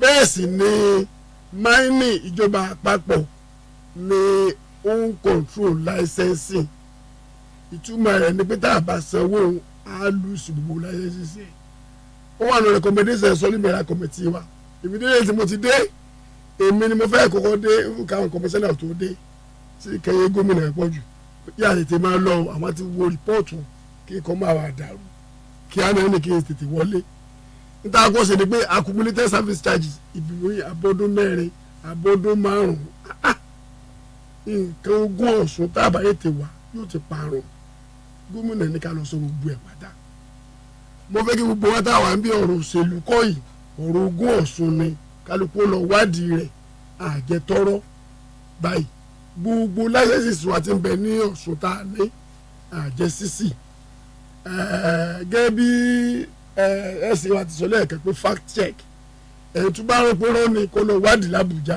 àjẹtọ́rọ́ láìpẹ́ yìí ìjọba àpapọ̀ wọ́n pé àsìmẹ́tì kan ń pè kíníkan ní National Extractive Industry Transparency Initiative àwọn ní ẹ máa ń wádìí èlò la jẹ mo ṣe èdè látẹ̀kọ́ ni èmi àti ISE wa ti wú wa kódà wọ́n ti fún certificate bẹ́ẹ̀ àjẹ nkankan ẹ̀dá kò inú èèyàn ní dúró gómìnà báyìí ìkíní nù. à ń pè kíníkan ní exploration leases ni pé afọ́ọ̀lágbára kọ́ máa tanná wá ìwàkúsà à ń pè kíníkan ní mining leases pé ẹ ti rí pé kíní ẹ ti wà ń bẹ́ẹ̀ ìjọba tó lọ òkú òsì conversion bẹ́ẹ̀ ó níye time tí exploration lease lè gbà wọn ti mójútó ń gbà dé náà la bẹ̀rẹ̀ mo fẹ́ fi dá lójú ni pé a ti fẹ́ parí téńté lókù a wà ní enough mining leases gbogbo ọmọ ìpínlẹ̀ Ọ̀ṣun kún rí i pé ohun tí gómìnà ń jà fún yìí wọ́n ń jà fún tán ni tá a bá ní mining leases ẹyọ kan 25 years ni ó tèkì wá káàtì ẹ̀ la gbà báyìí àbáṣẹlẹ̀ kejì ibodún 6 náà ni ó fẹ́ kú ìjọba mi náà ni ó tún pa àlò fún another 19 years so gómìnà wa ń jà fún àrọmọdọ́mọ Ọ̀ṣun ni eléyìí bá wọn. ẹlẹ́kẹta bóun lẹ́sẹ̀ ní àwọn licenses káàkiri gbogbo Nàìjíríà mo gbà mo dé mo rí gbogbo àwọn geologists engineer mo bá wọn ṣe meeting ṣẹgbọ́n àtàwọn alátàkẹ́rẹ́ miss ànífẹ̀ẹ́ sí ká máa fi kùnlùkùn àìdáàsì gbogbo àwọn licenses wà ń bọ̀ lọ́wọ́ àwọn ọmọ ìkẹwà lẹ́bọ̀n yìí ṣe débẹ̀rì àdébẹ̀ tí kò gíngé àdébẹ̀ gómìnà níta tí ẹ̀ la níhùn ó yà tọ̀ gbogbo ẹ̀ lẹ́yìn kọ̀ọ̀kan gbogbo ẹ̀ láti dámọ̀ tá a ti tọ̀ tí ó kù kan ara àṣeyọrí wa kanu lẹ́yìn náà ó ní pé ìgbà tá a wá tọ̀ rẹ̀ la wá rí i pé àwọn licenses kan wà pàápàá jùlọ ní Kogi tí wọ́n ti tọ́ bọ̀ wọ́n ní processing center kẹta wọn kan ti tọ́ bọ̀ kíá mo ti lọ bá SARS gbogbo mining ẹ̀ lè dá sí i mining involve legal implication lára kọ̀ọ̀kan èmi àti attorney general gbogbo àlá máa pẹ̀lú àwa bóyá ló bá attorney general àti kọrí bẹ́ẹ̀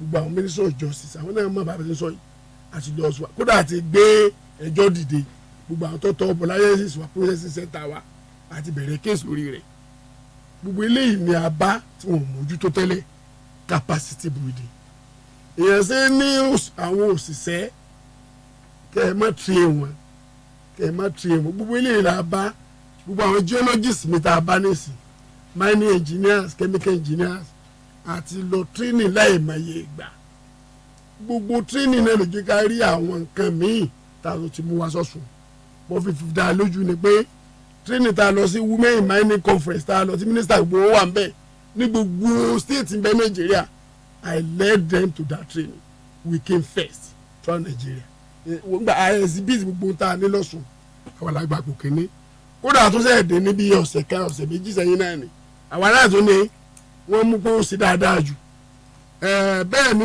olú tábàdámà kà ó pọ̀ ṣùgbọ́n restructuring of joint venture companies a bá àwọn joint venture companies wa ṣe níta abágbára gẹ́gẹ́ bí ogún àlè dànù ṣùgbọ́n àwọn àjọwò àti jọ̀wọ́ bẹ́ẹ̀ ṣe tẹ́lẹ̀ wọ́n ṣe bẹ́ẹ̀ mà àti fún ẹ ní ìtẹ́gbẹ́ tẹ̀lé mineral processing bàtà adé a rí i pé ọ̀tọ̀ ní ká rí gold lọ́sùn ọ̀tọ̀ ní ká sọ góòlù di necklaces gold bar gbogbo eléyìí láti fẹ́ bẹ̀rẹ̀ kódà gómìnà wọ́n ti ń renovate ibi tá a lò ní ọ́fíìsì wa ẹ rí i pé láìpẹ́ permanent secretary minister of solid mineral development wọ́n kó góòlù tí ẹ ń ṣe wọ́n kó fún minister àwa náà ṣerú ẹ̀ lọ báyìí lẹ́yìn eléyìí àti sẹ́nà mining wa tá a bá àti restructure wọn àfẹ́ mọ iye wọn tẹ́lẹ̀tẹ́lẹ̀ àti sẹ́nà mining wa owó tí ń pamọ́ lọ́wọ́ àní trace ní ìsìn àwọn àti sẹ́nà mining wa àní kò sọ̀tà owó tí ń pa tí ń wọnú àpòjọba lóṣooṣù environmentally friendly operation eléyìí ló ṣe pàtàkì jù ẹ lè má ṣe wá kùsà àfi kẹ́ ẹ ṣe kó má affect àyíká àti fún olófin tá à ń tẹ̀lé eléyìí ò sì ṣẹlẹ̀ mọ́ the synergy between the state and federal mining office àti state àti federal mining office àjọ ṣàṣepapọ̀ kódà there is mineral resources and environmental committee merenco tó yẹ pé àwa mẹ́sàn-án ni èmi ni gómìnà náà recommend gẹ́gẹ́ bí òfin tí mo coordinate merenco báyìí. nítorí àkókò wa pàápàá jùlọ ọwọ́ yẹ kí n sọ̀rọ̀ díẹ̀ nípa Ṣègilọ́lá. ẹ mọ̀ pé torí àkókò wa. lórí Ṣègilọ́lá ìjọba ti ṣe wàhálà tí ò níye láti kẹ́ bí ọ̀sẹ̀ kan ọ̀sẹ̀ méjì gbọ́ ó ti gbọ́ níta ń wá ni pé ṣáòdì wá Ṣègilọ́lá gómìnà ti tan náírì ìjọba àwọn Ṣègilọ́lá yìí ti sọ fún ayé nọ́mbà òsì àtàní gómìnà wádìí wọlé nítorí àròdọ́mọ́ Ọ̀ṣun ní ẹ̀wọ̀ Oòduà sẹ́ẹ̀rí pé Oòduà ìgbà tí bàbá aléwọ̀ ti wà ogún Ọ̀ṣun ni gómìnà ń tẹ̀lé wa a sì ti rí à ń ṣètò bá sì gba ṣáòdì wa àgbọ̀ sọ̀rọ̀ gba àwọn tásìsì ẹ̀jẹ̀ ká gbà gbogbo nǹkan tí ń ṣe tí ò da àyíká tí ń bàjẹ́ gbogbo ẹ̀yìn là ń sara wa ó yẹ kí wọ́n parí àtúbẹ̀ báyìí gómìnà tó ti wá gbé kíní kejìdínlẹ́ ní ìsìn nígbà tá a bá rí ọ̀sẹ̀ mẹ́ta sẹ́yìn fún a wà ṣe mítìn. ẹ má bínú ẹ sì wá nípa ọ̀rọ̀ Ṣègilọ́lá náà ni mo fẹ́ dá yín padà sí ṣé kò ṣe wípé ìjọba tó wà lóde báyìí wọ́n ń fìtìnà tí Ṣègilọ́lá nípa àbí kí ni ìdojúkọ yín pàápàá lọ́rọ̀ Ṣègilọ́lá. mo fẹ́ kẹ́ ẹ jẹ́ kí la fẹ́ gbà nígbà tá a ní ṣe à ń bẹ̀ àdààmú wọn ìgbà tá a dé ọlọ́run ṣe barista Kọ́lápọ̀ àpè ẹ̀ sí mítìn a ní ṣe àwòdì ní Ṣègilọ́lá bẹ́ẹ̀ ni àbí bẹ́ẹ̀ kọ́ wọn ní bẹ́ẹ̀ kọ́ ẹ kọ̀wé ṣe à wọ́n kọ̀wé ṣe à pé bẹ́ẹ̀ kọ́ ìwé tí ń bẹ tẹ́ fi sọ pé bẹ́ẹ̀ kọ́ wọn kọ́ ní 15th of April 2023 ṣùgbọ́n ẹ sẹ́yìn mọ̀ pé gbàtẹ́ bá fi professor bí kan yóò tó tẹ́lẹ̀ sí ìwà dá sí mo ní àwọn consultant méjì technical àti financial tọ́tọ́ bọ́lá òdùn financial ẹ̀jẹ̀ alága technical mo tún kọ́ àwọn commissioner náà mọ́ra pàápàá jùlọ àtòrí general finance àwa tẹ̀nẹ́ wa débi pé ìgbà tí mo ṣe presentation láì mẹ́yẹ ìgbà wọn wà jẹ́wọ́ sẹ́wọ̀n ẹ bá mú yàn yóò pa àjẹwọ́ náà ni nígbà ẹ̀yin náà láàánì ẹ kò wí sẹ́pà àní ẹ̀yin náà lẹ̀ tó wà láàánì wọ́n wá kọ̀wé mi sí mi ní exactly 4 months later 15th of August ìpè 2000 wọ́n á ní pé àti ní báyìí o bàbá láàánì mo yà sáré mu ọ ní mo kọ́ mu ọ mo lọ bá gómìnà wọ́n mọ̀ láti ní sí àníyèsí gómìnà ni àwọn ìyá sí ń parọ́ tẹ́lẹ̀ ni ọ̀rọ̀ àná kí ni ká ṣe gómìnà jí wọ́n kọ̀wé iṣẹ́ ẹ láàánì àníwèé ẹ tó sáì pa àní òun náà lọ sáì pa àní ẹ jẹ́ dúpẹ́ fún gómìnà ìtẹ́ ń jà fún yín ẹ dẹ́kun tá a bá gba ṣáì nísì tó bá wọlé gómìnà ewu gómìnà tí ó bà àrọ́mọdọ́mọ Ọ̀ṣun là ń jà fún kì í sọ̀rọ̀ òṣèlú in fact inú mi dùn pé mo bá gómìnà ṣiṣẹ́ wọ́n bẹ̀rù Ọlọ́run pàápàá jùlọ sí wọ́n sì kọ́kù ẹ̀wọ̀ àwọn gbogbo adájọ́ ṣiṣẹ́ pọ̀ chief of staff ní SSG ní gbogbo náà wọ́n náà tán ló jẹ́ àárí ogún Ọ̀ṣun gbà so láìpẹ́ lájìnlẹ̀ kódà títí Monday ní ìsìn wọ́n ti mínísítà wọ́n ti gbé panel kan jáde tí wọ́n wà á wò gbogbo ìwé kálukú gbogbo ilé ti yanjú lọ ní agbára ṣùgbọ́n ẹni tó ṣe pàtàkì ni pé gómìnà ti gba ṣáòde gbogbo àrọ́mọdọ́mọ Ọ̀ṣun gómìnà kò ní ṣá o èmi tí ẹ fi bẹ́ẹ̀ kí mo ní o gbogbo ọmọ Ọ̀ṣun ló ní o.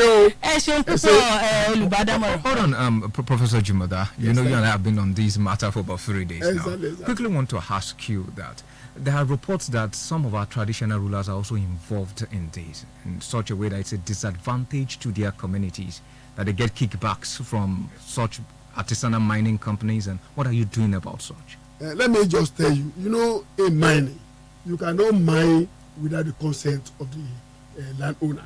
That's the position of the law. That's the position of the law. What happens is that there's no way you can mine without carrying the traditional along in Seguilora, for example. They have been talking about the CDA.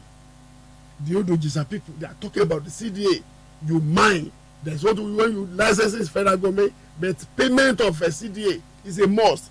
There's no way we can do mine. For example, in my office, I'm managing Omoluabi Mineral Processing Company on behalf of Mr. Governor.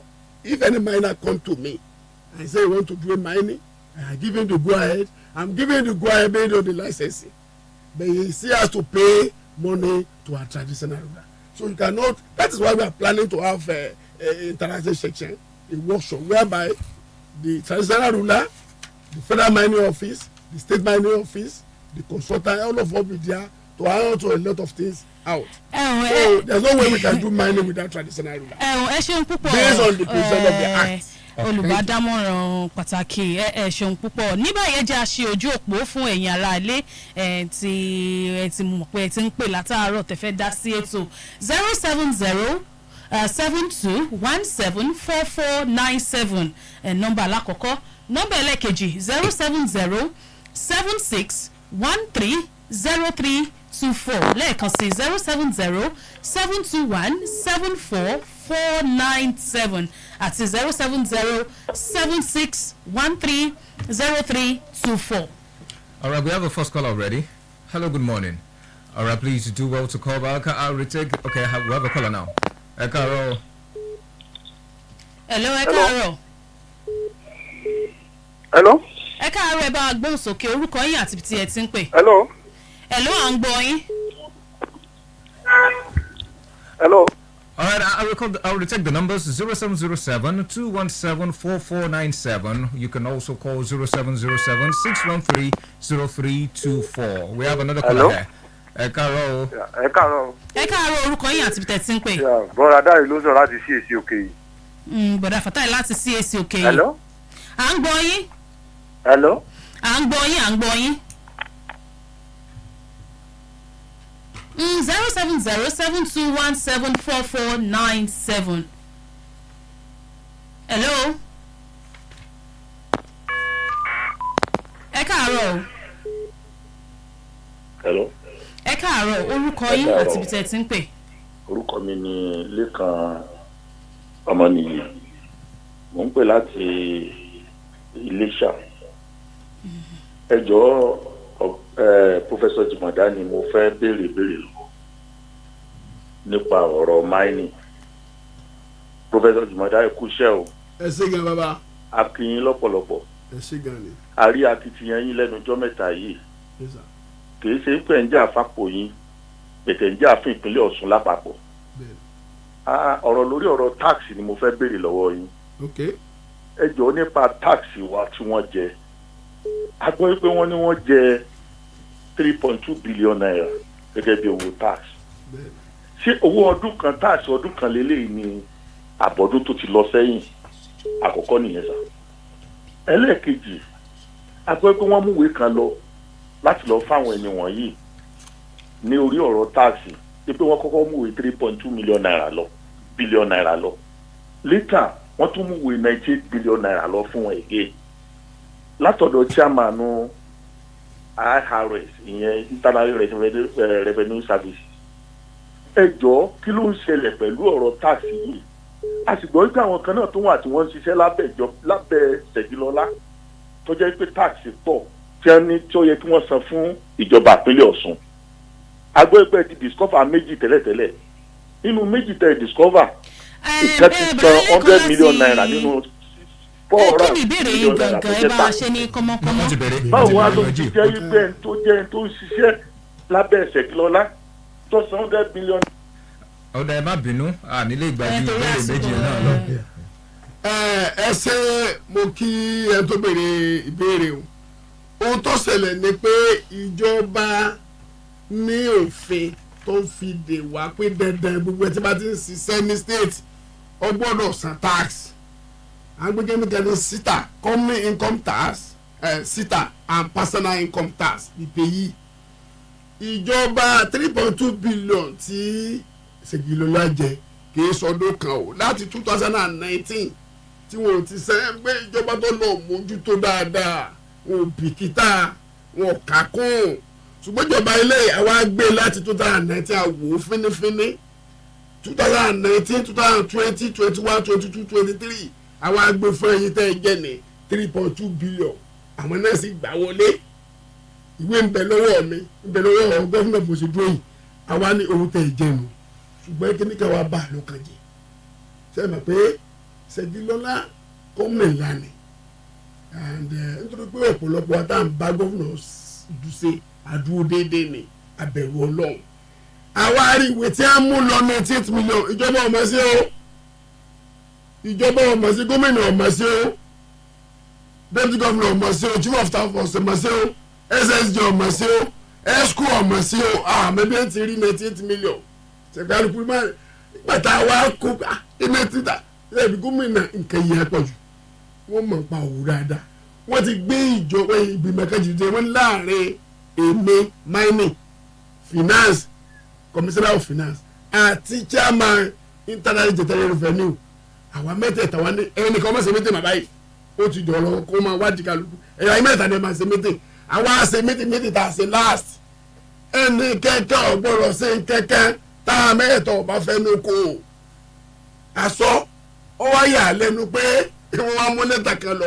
sáà mẹ́ta mà sí ni àwọn sọ rí pé ètekéte ni owó tí ẹ ń jẹ tí Ṣẹ̀gilọ́lá jọ lórí tax 3.2 billion ni àìjẹwọ́ mọ̀ kódà tí ìjọba ti ṣèwádìí lọ lórí ètè àwọn náà mà Ṣẹ̀gilọ́lá gan mà pé a ti ṣètò kọ́mítì àwa mẹ́ta ẹ̀sìn wa ń gba ìwé lọ́dọ̀ ẹnìkan táwa ò mọ̀ sí tí gómìnà ò mọ̀ sí lédè kan 3.2 billion náà jẹ bẹ́ẹ̀ lórí ọ̀rọ̀ àwọn sẹ́ẹ̀rí Ṣẹ̀gilọ́lá ń dá àwọn ète kan a sì lè gbà lọ́sùn reason ni company kan ní a mọ̀ ìyẹn ní Ṣẹ̀gilọ́lá ní state government mọ̀ ẹ wá tó lọ gbé company mẹ́fà mi jáde nígbà náà fún àwọn òjì yẹn ẹ jẹ́ fún méjì kan wọ́n ti ní cynic engineering àmọ́ sí ATA consulting àmọ́ sí ṣùgbọ́n ń gbọ́dọ̀ pé àwa tí ẹ sì bá tayò èké yẹ mo sọ yẹn kẹ Ọ̀ṣun ẹsẹ̀ state kan tí kò yé àwa àtẹnáwá méjì inú mẹ́fà ìkẹ́tí ń jẹ́ ATA consulting lásán I establish 436 million lówó péyì tá a bá tẹnáwá gbogbo àtàwọn wò tá a bá fẹ́ wọ Ọlọ́run ewu tá a lù sí bẹ́ẹ̀ close to half a billion láàrin 436 million Ṣẹ̀gilọ́lá sáré san 100 million lẹ́yìn ní à ń bọ̀ wá ṣubú àwọn bíi márùn yòókù gbogbo owó ìní àfẹ́kọ́ league gbogbo ilé ní ṣẹlẹ̀ tẹ́lẹ̀ ìjọba ilé ọgbà bẹ́ẹ̀. ẹ ṣeun púpọ̀ olùbádámọ̀ràn pàtàkì 07076130324 ẹ káàárọ̀ orúkọ yín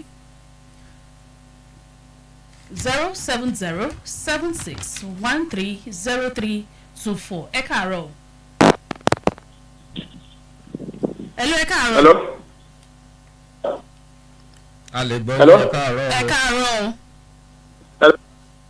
Ẹ bá gbọ́n sọ orúkọ yín àti ibi tẹ́ ti ń pè. Akọ́ àárọ̀ sọ ẹ̀ka jùlọ. Orúkọ yín. For information ṣé wọ́n àbẹ̀ àwọn fẹ́ bá sọ̀rọ̀. Ti dárúkọ yín. Hello. Orúkọ yín àti ibi tẹ́ ti ń pè. Hello. Ẹ mọ̀ bínú. Commissioner wọ́n àbẹ̀. 07076130324. And now please implore us when you call, move away from your radio set so that we avoid unnecessary feedbacks and so that we can also hear clearly. 07076130324 is the studio line to call. We have another caller here. Hello, good morning. Hello, ẹ káàárọ̀.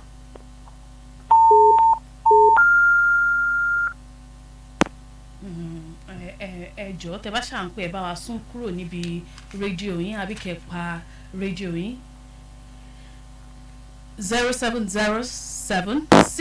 07076130324 ẹ káàárọ̀. Hello, ẹ káàárọ̀. Please, to avoid king off your calls when you call or move away from your radio set. Please, can you say that to me? Tẹ́ bá ń pè ẹ bá wa sún kúrò nídìí rédíò yín àbí kẹ́ pa rédíò yín etí ò ń gba méjì ẹ jọ̀ọ́ 07076130324 bẹ́ẹ̀ ni.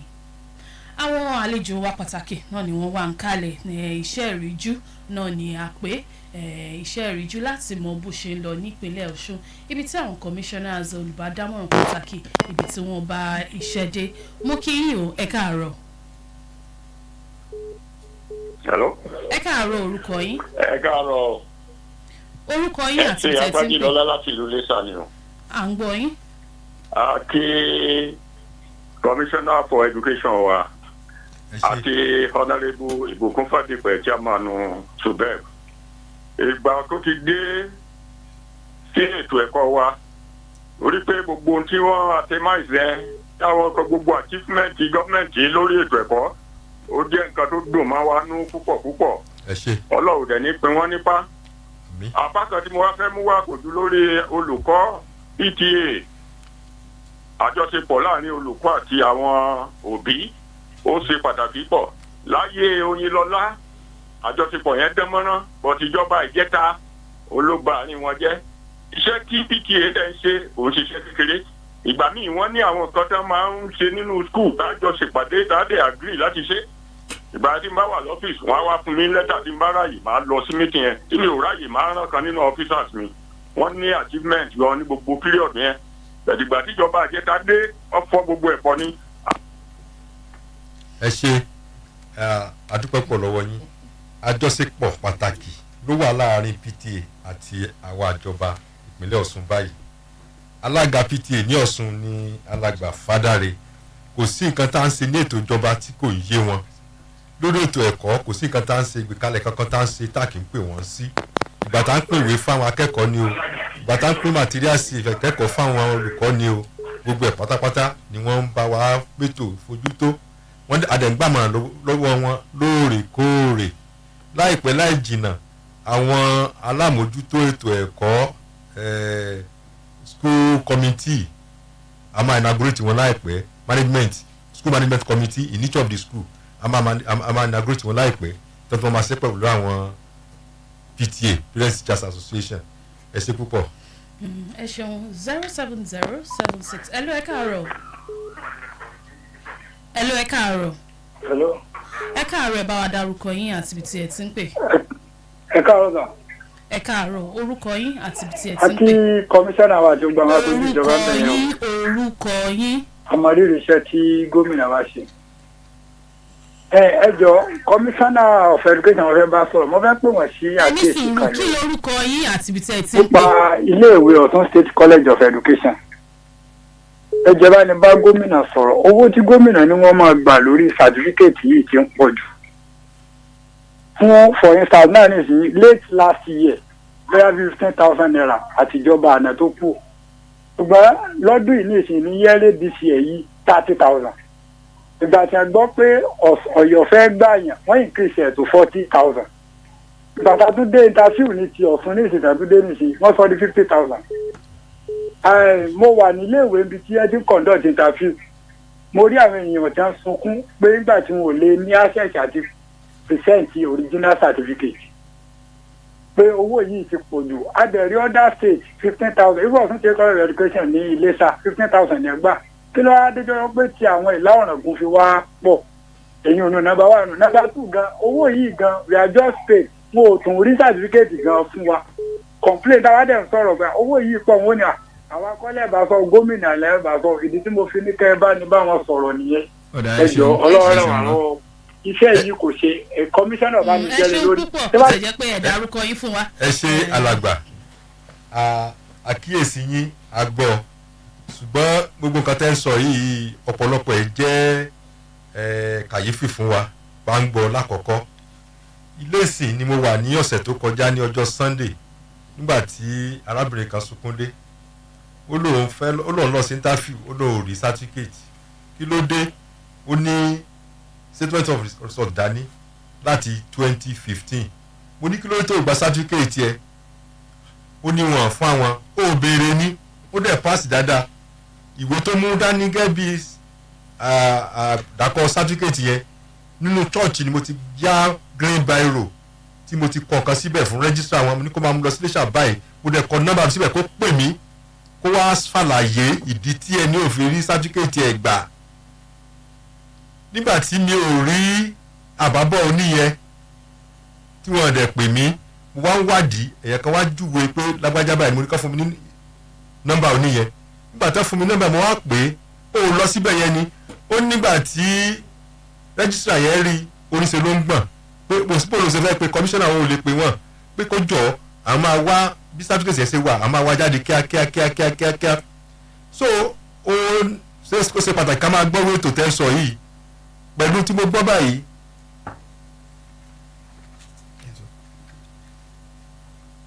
pẹ̀lú nǹkan tí mo gbọ́ yìí ní agbára Ọlọ́run ní ọ̀túnla ní Monday prófòsì wọn náà máa gbọ́ mi mo ṣe sọ ìrẹ́jísà wọn máa gbọ́ mi báyìí ní Ìlá prófòsì Ìlá àti rẹ́gísítà wọ́n gbọ́dọ̀ rí mi ní ọ́fíìsì ní ọjọ́ Monday ní aago 11 láàárọ̀ unfailingly kí wọ́n ṣàlàyé ibi tí sátífíkẹ́ẹ̀tì wà tó fi tẹ́lẹ̀ tán wá káàkiri sátífíkẹ́ẹ̀tì wáyé kí gan tó jẹ́ pé external ni wọ́n wá káàkiri ọ̀dọ́ ilẹ̀ ti ṣe ìdánwò ẹ̀yin lẹ máàkì ẹ̀ ẹ̀yin lẹ dẹ̀ bá fi ìwé ẹ̀rí lẹ̀ kí ló dé ṣé kò sẹ́ tó máa sáyìn ẹ̀ ni ẹ̀ wá ṣàlàyé fún wa tó bá di ọjọ́ Monday then owó tá a fi ń gba sátífíkẹ́ẹ̀tì yẹn tó fi gunpá ọ̀nà tó fà á tó fi dà bẹ́ẹ̀ ẹ wá ṣàlàyé fún wa ní aago 11 ní ọjọ́ Monday ẹ ṣé.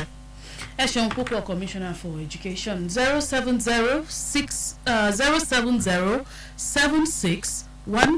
07076130324 ẹ káàárọ̀ ẹ káàárọ̀ orúkọ yín àti tẹ̀ tí ń pè.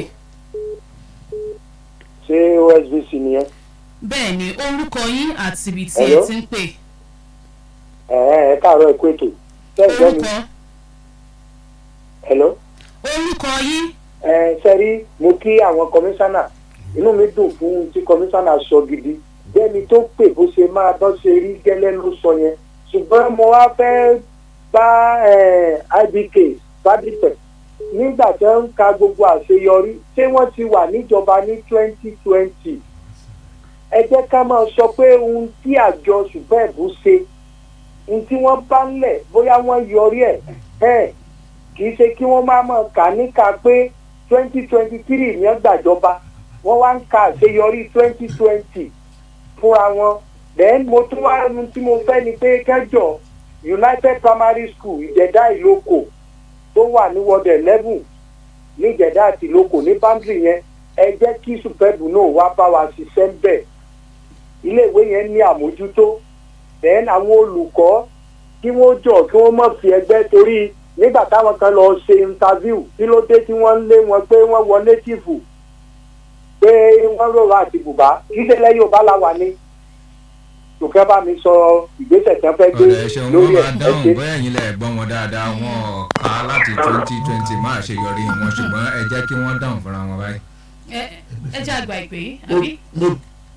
mo kí bàbá wa tí wọ́n pè nǹkan tí mo ń sọ bóyá wọn farabalẹ̀ láti gbọ́ mi dáadáa nǹkan tí mo sọ ni wípé ní ìgbà tí a gba kùkù dàjọba ní ọjọ́ 17 oṣù kọkànlá ọdún 2022 ìgbà tí gómìnà wa débẹ̀ a rí wípé ìpínlẹ̀ Ọ̀ṣun ní àǹfààní sí owó tí wọ́n ń pè ní grant ní ti ọdún 2020 àti ọdún 2021 àti ti ọdún 2022 láti gba owó yìí lọ́wọ́ ìjọba àpapọ̀ ìjọba ìpínlẹ̀ gbúdọ̀ fi oye owó tí ìjọba àpapọ̀ fẹ́ fún wa kalẹ̀ gẹ́gẹ́ bí counterpart funding àwọn ìjọba tó kógbá wọlé táwọn àgbàjọba lọ́wọ́ wọn fi owó ìkalẹ̀ àwọn gba ìjọba ní 2018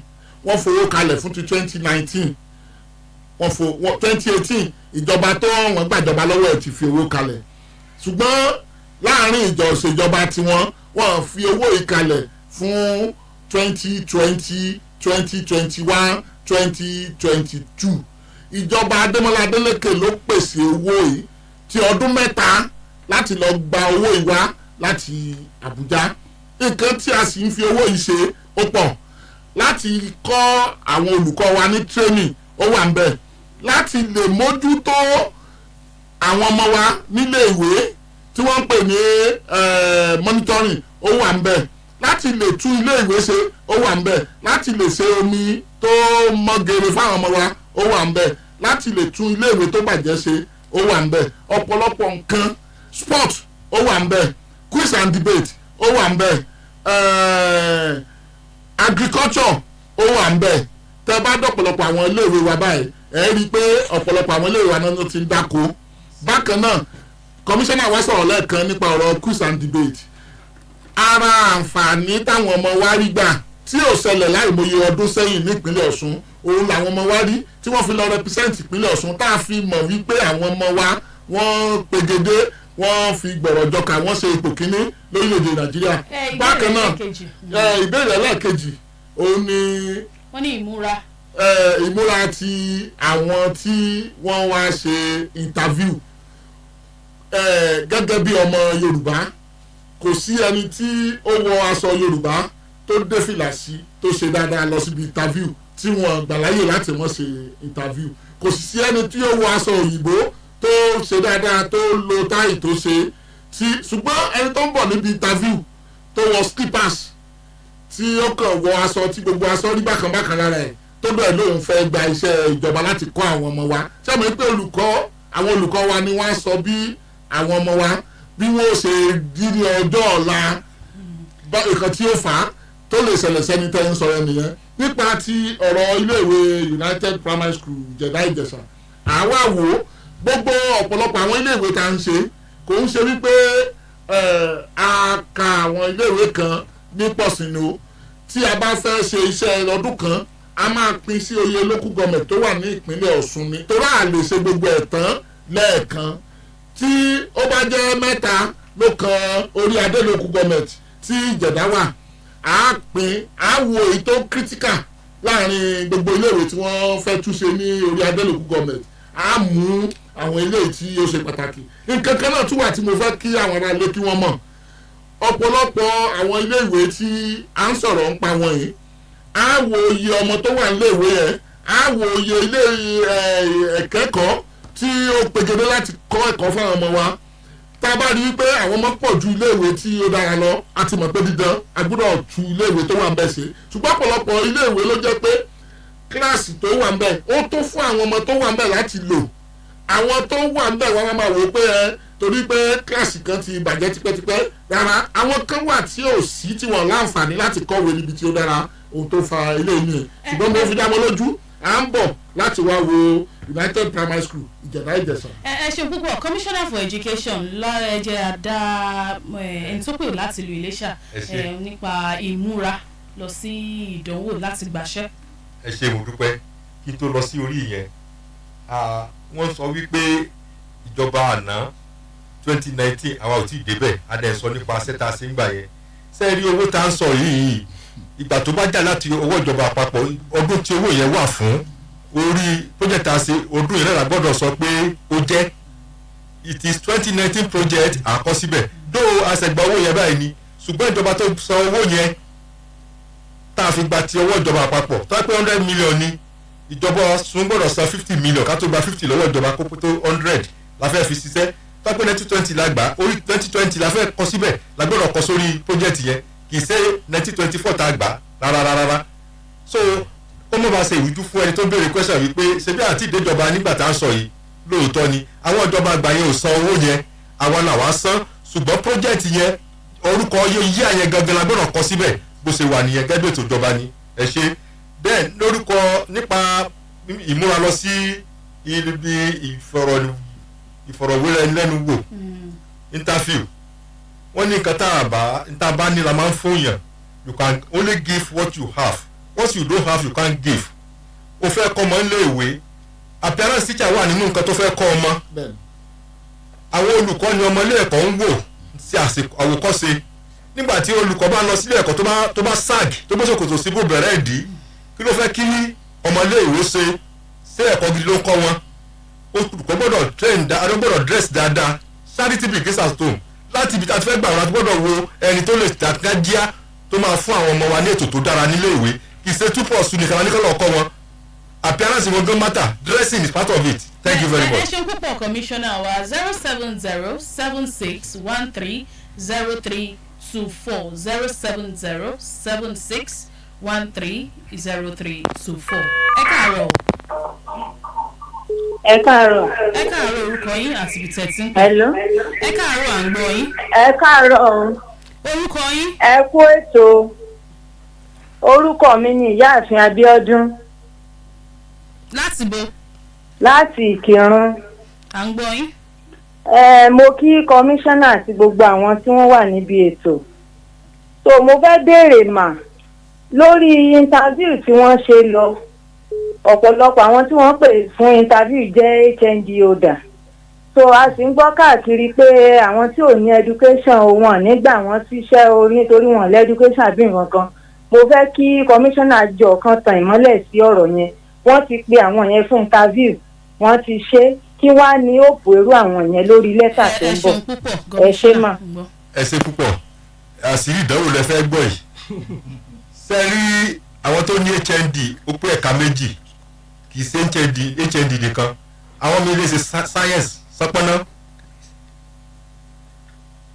àwọn míì lè ṣe science sọpọ́nà tí wọ́n ṣe education ṣe rí ọ̀pọ̀lọpọ̀ àwọn tó ṣe HND yìí ọ̀pọ̀lọpọ̀ wọn ti lọ ṣe diploma in education tọ́pọ̀lọpọ̀ àwọn èèyàn mọ̀ ọ̀pọ̀lọpọ̀ ibi dẹ́nẹ̀ tí ń ṣe wọ́n lè ṣe ní NTI wọ́n dẹ̀ lè ṣe ní distant learner wọ́n dúkọ́ ká tó máa ń pè wọ́n so ẹ lè rí i pé polytechnic ló lọ tẹ́ ẹ̀ nímọ̀ wípé báyìí ti ní diploma in education lọ́wọ́ nísìnyí gbogbo ìjọba àgbáyé wọ́n gba ti education Nigeria teacher Nigeria is the best tí teacher Nigeria bá wà qualified tó ti ṣe teacher fọdún méjì tó dẹ̀ ní TRCN professor certificate wọn fọdún méjì ọbẹ̀ ní ìjọba nílùú òkèèrè bí wọ́n ṣe ń gba nurse ní America ní Canada bẹ́ẹ̀ ni wọ́n ṣe ń gba teachers Nigeria ní Canada Europe and US so that is why tó pé ẹni tá a fẹ́ gbà fún ẹ̀kọ́ fún olùkọ́ sí i ká tó gbà wọ́n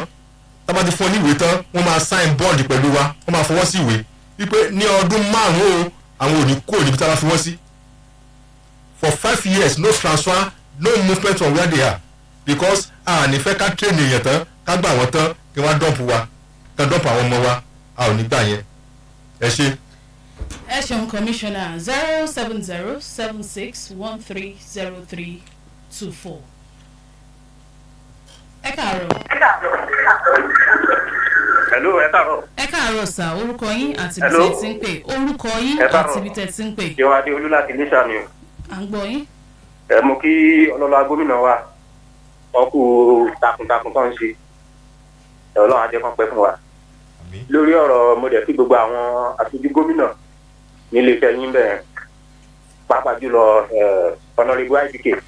ẹ jọ ìbéèrè yín tó lásìkò. iléṣà lórí ọ̀rọ̀ recruitment exercise wọ́n sọ pé lórí merit ni wọ́n ti máa select mo ní èèyàn tó súnmọ́ mi tó jẹ́ ìyàwó mi ó dẹ̀ gba 72% which is a TESCOM under TESCOM ló ti apply now orí list tó wá gbé wá sí interview kò sórúkọ ẹ̀ ń bẹ̀ so ìgbà tó dẹ̀ sọ pé based on merit náà fi máa select I now wonder ìdí tó fi jẹ́ pé ẹni tó gba 72% tí orúkọ ẹ̀ ò bá list yẹn wá tó yẹ kó gbà tó wá dé interview wọ́n dẹ̀ ní láti fọwọ́ kọ orúkọ ẹ̀ sí ibòmíì so ó jẹun tó ń kọ mí lóminú pé ẹni tó bá bí 72% kò yẹ kó lè rí bẹ́ẹ̀ yẹn so wíwá àtàwọn tó ń gbà tó yẹn orúkọ wọn bá list yẹn wá so ẹjọ́ ẹ bá wa wọ̀ ìmọ́lẹ̀. ẹ ṣeun púpọ̀ àlejò ẹ ṣeun.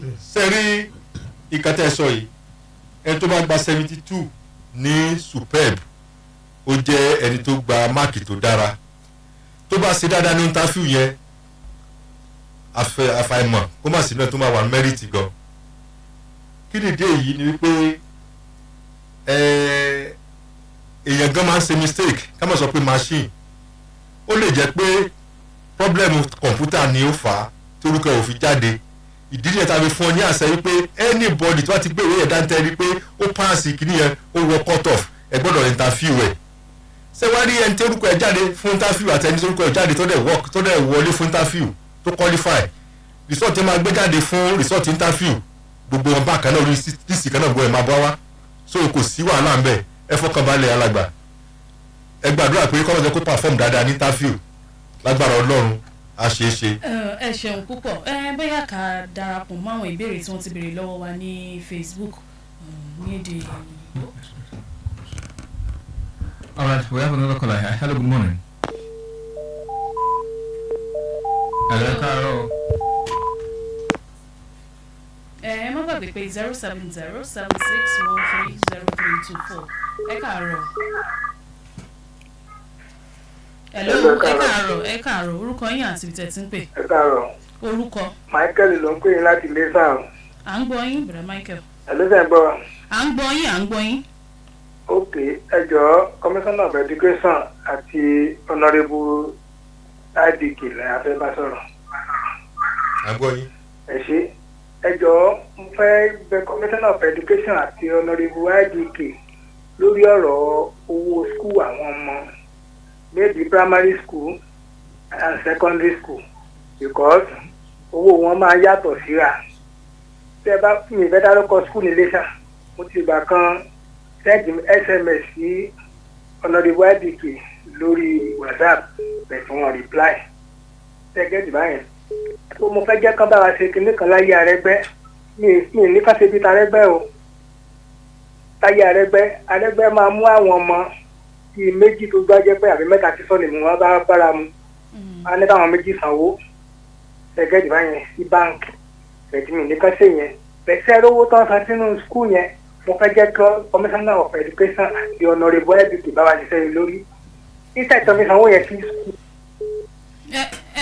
ṣé ìbéèrè yín ti tán ẹ ṣeun púpọ̀. ẹ ṣe commissioner. mo dúpẹ́ pọ̀ lọ́wọ́ yín alàgbà tó béèrè ìbéèrè ní ìpínlẹ̀ Ọ̀ṣun àgbowó skul lọ́wọ́ anybody o kò sí school fees fún ọmọ iléèwé kankan ní ìpínlẹ̀ Ọ̀ṣun owó tíjọba ń gbà ní ọwọ́ ọmọ iléèwé kọ̀ọ̀kan is 500 naira kò jù bẹ́ẹ̀ lọ adé ń pè ní ETF Education Trust Fund 500 naira a student owó ìjọba ò jù bẹ́ẹ̀ lọ ṣé wá rí àwọn owó tí wọ́n ń sọ yìí tẹ́ ń sọ yìí ó lè jẹ́ pé owó PTA àjọmọ olùkọ́ àti àwọn òbí tíjọba ò mọ̀ sí ọ̀pọ̀lọpọ̀ jàbẹ́ ìnáwó máa ń kó wá sí ọ̀dọ̀ wa tá a máa ń yanjú ẹ̀ pé ta ló ń gbọ́dọ̀ tí ń gbowó skul tẹ́lẹ̀ ṣe àwọn ọ̀gá ilé ẹ̀kọ́ wa sọ fún wa pé àwọn ìgbìmọ̀ olùkọ́ àtàkẹ́kọ̀ọ́ àti òbí ni wọ́n agree pé àwọn máa san PTA ọ̀pọ̀lọpọ̀ wọn ń gba teacher private teacher tẹ́fí sanwó ẹ̀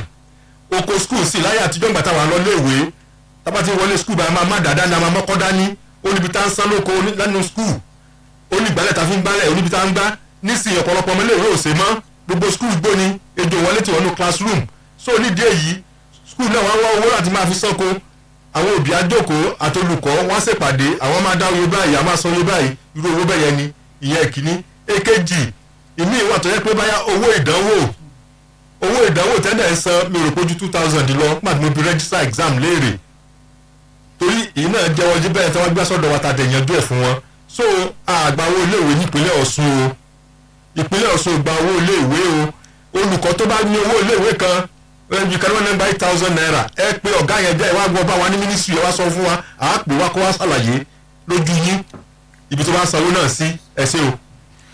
ẹ ṣeun púpọ̀ Honourable Abike. mo kí olùbéèrè tí ó sọ̀rọ̀ lẹ́ẹ̀kan gẹ́gẹ́ bí kọmíṣánná ṣe sọ ní ìpínlẹ̀ Ọ̀ṣun ní abẹ́ subeb ọ̀fẹ́ ní ètò ẹ̀kọ́ ìgbà táwọn ọmọ wa fẹ́ wọlé mo rò pé mo ṣe rédíò advert láti sọ fún gbogbo àwọn òbí àti alágbàtọ́ pé kí wọ́n kó ọmọ wọn wá sí iléèwé ìjọba ọ̀fẹ́ ní ètò ẹ̀kọ́ ní abẹ́ subeb ní ìpínlẹ̀ Ọ̀ṣun gẹ́gẹ́ bí àjọ àgbáyé ṣe gbé kalẹ̀ gómìnà wa náà ń ṣe takuntakun láti make sure wípé àwọn tún ń ṣe àwọn nǹkan ní ọ̀pọ̀lọpọ̀ nípa ti ètò ẹ̀kọ́ ní alákọ̀ọ́bẹ̀rẹ̀ àkọ́kọ́ gómìnà wa nìkan ní orílẹ̀-èdè Nàìjíríà ni ó ń fún àwọn ọmọ wa ní oúnjẹ ọ̀kan nìyẹn èkejì gómìnà wa ti tẹ ọ̀pọ̀lọpọ̀ ìwé tí a máa pín láàrin ọ̀sẹ̀ tá a fẹ́ bọ́ sí i fún àwọn ọmọ wa ní iléèwé alákọ̀ọ́bẹ̀rẹ̀ àti GSS láti lè encourage wọn láti lè wá sí iléèwé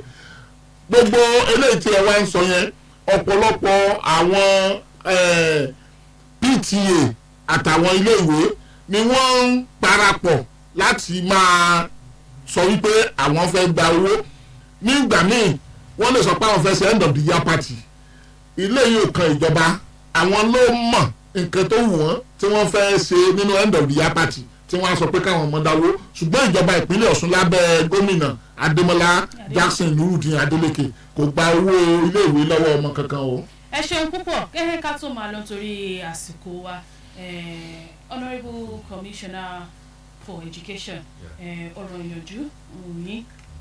ẹ ṣe púpọ̀ mo dúpẹ́ pọ̀ lọ́wọ́ àwọn aráàlú ìpínlẹ̀ Ọ̀ṣun fún àfọwọ́sowọ́pọ̀ pẹ̀lú ìjọba NURUDEEN Jackson Adeleke adúpẹ́ pé ẹ ń fún wọn ní ìwúrí ẹjọ́ ẹ máa tẹ̀síwájú wọ́n ní yìnyín kẹ́ni ó ṣe mí tí ẹ bá ń dúpẹ́ orí tí wọ́n ṣe fún yín a máa wú wọn lórí láti lè máa ṣe síwájú àti síwájú sí i wọ́n fẹ́ fi àkókò ìrọ̀ àwọn òbí àti akẹ́kọ̀ọ́ àti olùkọ́ ní ìpínlẹ̀ Ọ̀ṣun ẹ jọ̀ọ́ ìwà ìbàjẹ́ kan wà tó wà tá a bá ń lẹ̀ tá a fẹ́ káńsù tẹ́ bá wo àwọn iléèwé wa ní eré àkọ́ọ̀kan gẹ́gẹ́ bí Èjìgbò side Ọláolúwa àwọn eré àwọn yẹn lọ bẹ́ẹ̀ yẹn tàbí fẹ́ south tó bá ti di GSS 1 SS 2 gbogbo ẹ̀bẹ̀ yẹn school máa ń pọ̀ dáadáa tó bá ti ń di SS 3 ní rí wọn mọ́ kí ló fà á kí la máa ń pè exam manufacturing practices òní wọ́n ń ṣe o wọ́n lọ máa ń register ní neighboring state wọ́n lọ máa parí iṣẹ́ ìjọba ti ṣe gbèsè àti gbéra ti ṣe gbèsè tán sí ìtọ́ pé a máa climb up lórí wọn àwọn school tó ń ṣiṣẹ́ yẹn a máa lọ rí ṣeṣe wọn bẹ́ẹ̀ ni lákòókò yìí mo tún fẹ́ kí wa pé a kú oríire ọjọ́ àyájọ́ ọjọ́ èní tó jẹ́ International Teachers Day bí mo ṣe wà níbí báyìí wọ́n retí mi ní Teachers House láti wá flag up today this year Teachers Day off. Very well, Honourable Commissioner. Thank you so much. As we round off the stewardship edition for this month, we'll move on to the Honourable Commissioner for Information and Public Enlightenment for the closing remarks. Jẹ́ kí n sọ ní Yorùbá kí àwọn èèyàn lè gbọ́ dáadáa. Àwọn kan náà dúpẹ́ lọ́wọ́ gómìnà wa fún ètò yìí. Gómìnà Ademola Adeleke fún support wọn àkọ́kọ́ ní ìbẹ́ kó tó di pé màá lọ síbi ìdúpẹ́ gan. Ẹ jẹ́ kí n tún reiterate àwọn ẹnìkan fẹ́ direct question kan síbi lẹ́ẹ̀kan mi ò mọ ohun tó jẹ́ ṣùgbọ́n títí dòní tá à ń sọ̀rọ̀ yìí torí oríṣiríṣi òun ló máa ń lọ lórí tí a bá máa ṣe lórí program yìí ẹ̀yin commissioner for budget wà ń bẹ̀ ṣùgbọ́n tí mo lè sọ fún gbogbo alẹ́ mi ni pé títí di àsìkò tá a wà yìí ìjọba wa lábẹ́ gómìnà Ademola Adeleke kò tí ì jẹ gbèsè kankan kò yá owó kankan níbì kankan tẹ́ ẹ bá gbúròó táwọn kan bá ń sọ wọ́n kàn ń táǹpé ní propaganda lásán ni ìlànà tẹ́lẹ̀ ń gbà yá owó ó nílànà Ademola Adeleke kò jẹ gbèsè kankan tá a bá tún wá wò ó láìpẹ́ yìí lórí bẹ́tò ọrọ̀ ajé ṣe rí nípínlẹ̀ Ọ̀ṣun gómìnà wa tún ṣe ìdẹ̀rùn fún àwọn òṣìṣẹ́ lórí yìí pé kí àwọn ọ̀gá lọ́gàá máa wá bíṣẹ́ lọ́jọ́ mẹ́rin kí wọ́n fọjọ́ kan sinmi ẹ̀jọ̀ kí àwọn òṣìṣẹ́ tó sì tún tẹ̀lé wọn ká máa fi ọjọ́ méjì sinmi ìyẹn náà wà níbẹ̀. àwọn tí wọ́n wà nídìí education ti sọ lẹ́ẹ̀kan tẹ́ ẹ bá gbọ́ tá a máa ń sọ̀rọ̀ project 2020 2021 2022 ní agbami ètò ẹ̀kọ́ ti subeb owó counterpart fund tó yẹ kí àwọn ìjọba tó lọ lábẹ́ gómìnà Oyètọ́lá ó san gbà yẹn fún ìjọba àpapọ̀ láti lè gba owó yẹn tí wọn ò san tí ìjọba Adémọ́lá Adélékè san òun ló fi fà bẹ́ẹ̀ kò sí pé bóyá wọn ti ṣe project yẹn tá a bá tún wọn nǹkan tí ó rọra ṣẹlẹ̀ lé àná síjẹta gómìnà wa tún fi ọwọ́ sí 3.3 bílíọ̀n mẹ́ta àti ọgọ́rùn-ún mẹ́ta mílíọ̀nù fún àwọn òṣìṣẹ́ fẹ̀yìntì láti tún lè jẹ àǹfààní bẹ́ẹ̀ náà tún ní kí minimum wage ó tó yanjú kọ́mítì ti wà lórí ẹ̀ tó dẹ̀ máa yanjú láìpẹ́ afẹ́ kí àwọn òṣìṣẹ́ wa fọkànbalẹ̀ ẹ̀kọ́ tó di pé yóò yanjú gómìnà wa ní pé owó palliative tí wọ́n ń san pé kí àwọn òṣìṣẹ́ túbọ̀ mọ jẹ̀gbádùn ẹ̀ náírà palliative tíjọba àpapọ̀ ń kó wá kọ́mítì wà fún un nítorí pé tí àwọn alátakò wa tán bá sọ̀rọ̀ lọ tán bá sọ̀rọ̀ bọ̀ tí wọ́n bá ríbi tí wọ́n fi lé lórí wọ́n ní palliative tí wọ́n kó wá pínlẹ̀ Ọ̀ṣun ibo la Adémọ́lá Adélékè kò sí oko pamọ́ ni kọ́mítì wà fún tí olórí mùsùlùmí wà ń bẹ̀ tó lórí CAN àti ìgbìmọ̀ oríṣiríṣi civil society tí wọ́n wà ń bẹ̀ gómìnà wa kó nǹkan kan dáná adúpẹ́ lọ́wọ́ gbogbo àwọn tí wọ́n gbọ́ wa lẹ́nìí àti gbogbo àwọn olórí ìjọba kọmíṣánná wa fún education adúpẹ́ lọ́wọ́ yín IBK tó wà fún subeb adúpẹ́ lọ́wọ́ yín honourable Emilójú adúpẹ́ lọ́wọ́ yín professor wa tó wà fún mining adúpẹ́ lọ́wọ́ yín o bẹ́ẹ̀ gẹ́gẹ́ la dúpẹ́ fún ìyàwó Abúkèdé àwa adúpẹ́ fún gbogbo àwọn tí wọ́n ti pè wọlé gbogbo ẹ̀yin tẹ́ ẹ gbọ́ wa afẹ́kẹ́ tún máa fi ojú sọ́nà láìpẹ́ fún ẹ̀dísẹ̀ kẹta ètò yìí tí ó wáyé láàrin oṣù méjì sóṣù mẹ́ta sásìkò yìí ẹ ṣé àdúpẹ́. ẹ ṣeun púpọ̀ honourable commissioner Kọ́lápọ̀ Alimi a ní ìrìjù báyìí lọ lórí àkànṣe ètò iṣẹ́ ìrìjù wa ẹlẹ́kejì irú rẹ̀ fún tọjọ́ tòní Adéyínká Ọlágúnjú lórúkọ tèmi. Thank you. My name is Daniel Odemi. That's the size of the stewardship for this edition. Have a blessed day.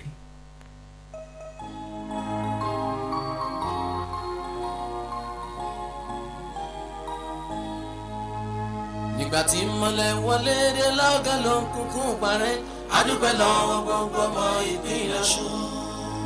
nígbà tí mọ́lẹ̀ wọlé dé kí á ló kúnkún fẹ́rẹ́gẹ́ o adúpẹ́ lọ́wọ́ gbogbo ọmọ ìpínlẹ̀ Ọ̀ṣun. oríire wa oríire wa oríire ká ṣe kò ní ìbàjẹ́ o. ìmọ́lẹ̀ títàn ìmọ́lẹ̀ dé ìmọ́lẹ̀ dé ìmọ́lẹ̀ dé gbogbo òkùnkùn parẹ́ o.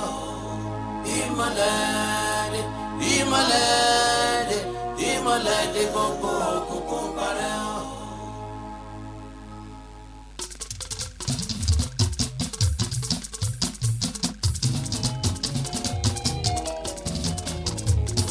ìrètí dé ká fọkàn balẹ̀ ìdẹ̀ra dé ìmọ́lẹ̀ tán fún gbogbo wa nígbè lọ́sùn tinú òkùnkùn ayé wa lọ́sùn. kò séwu mọ́ o kò dẹ̀ sí bẹ̀rù mọ́. ibi tá a fẹ́ kíkì wó sí ó ti wó síbẹ̀.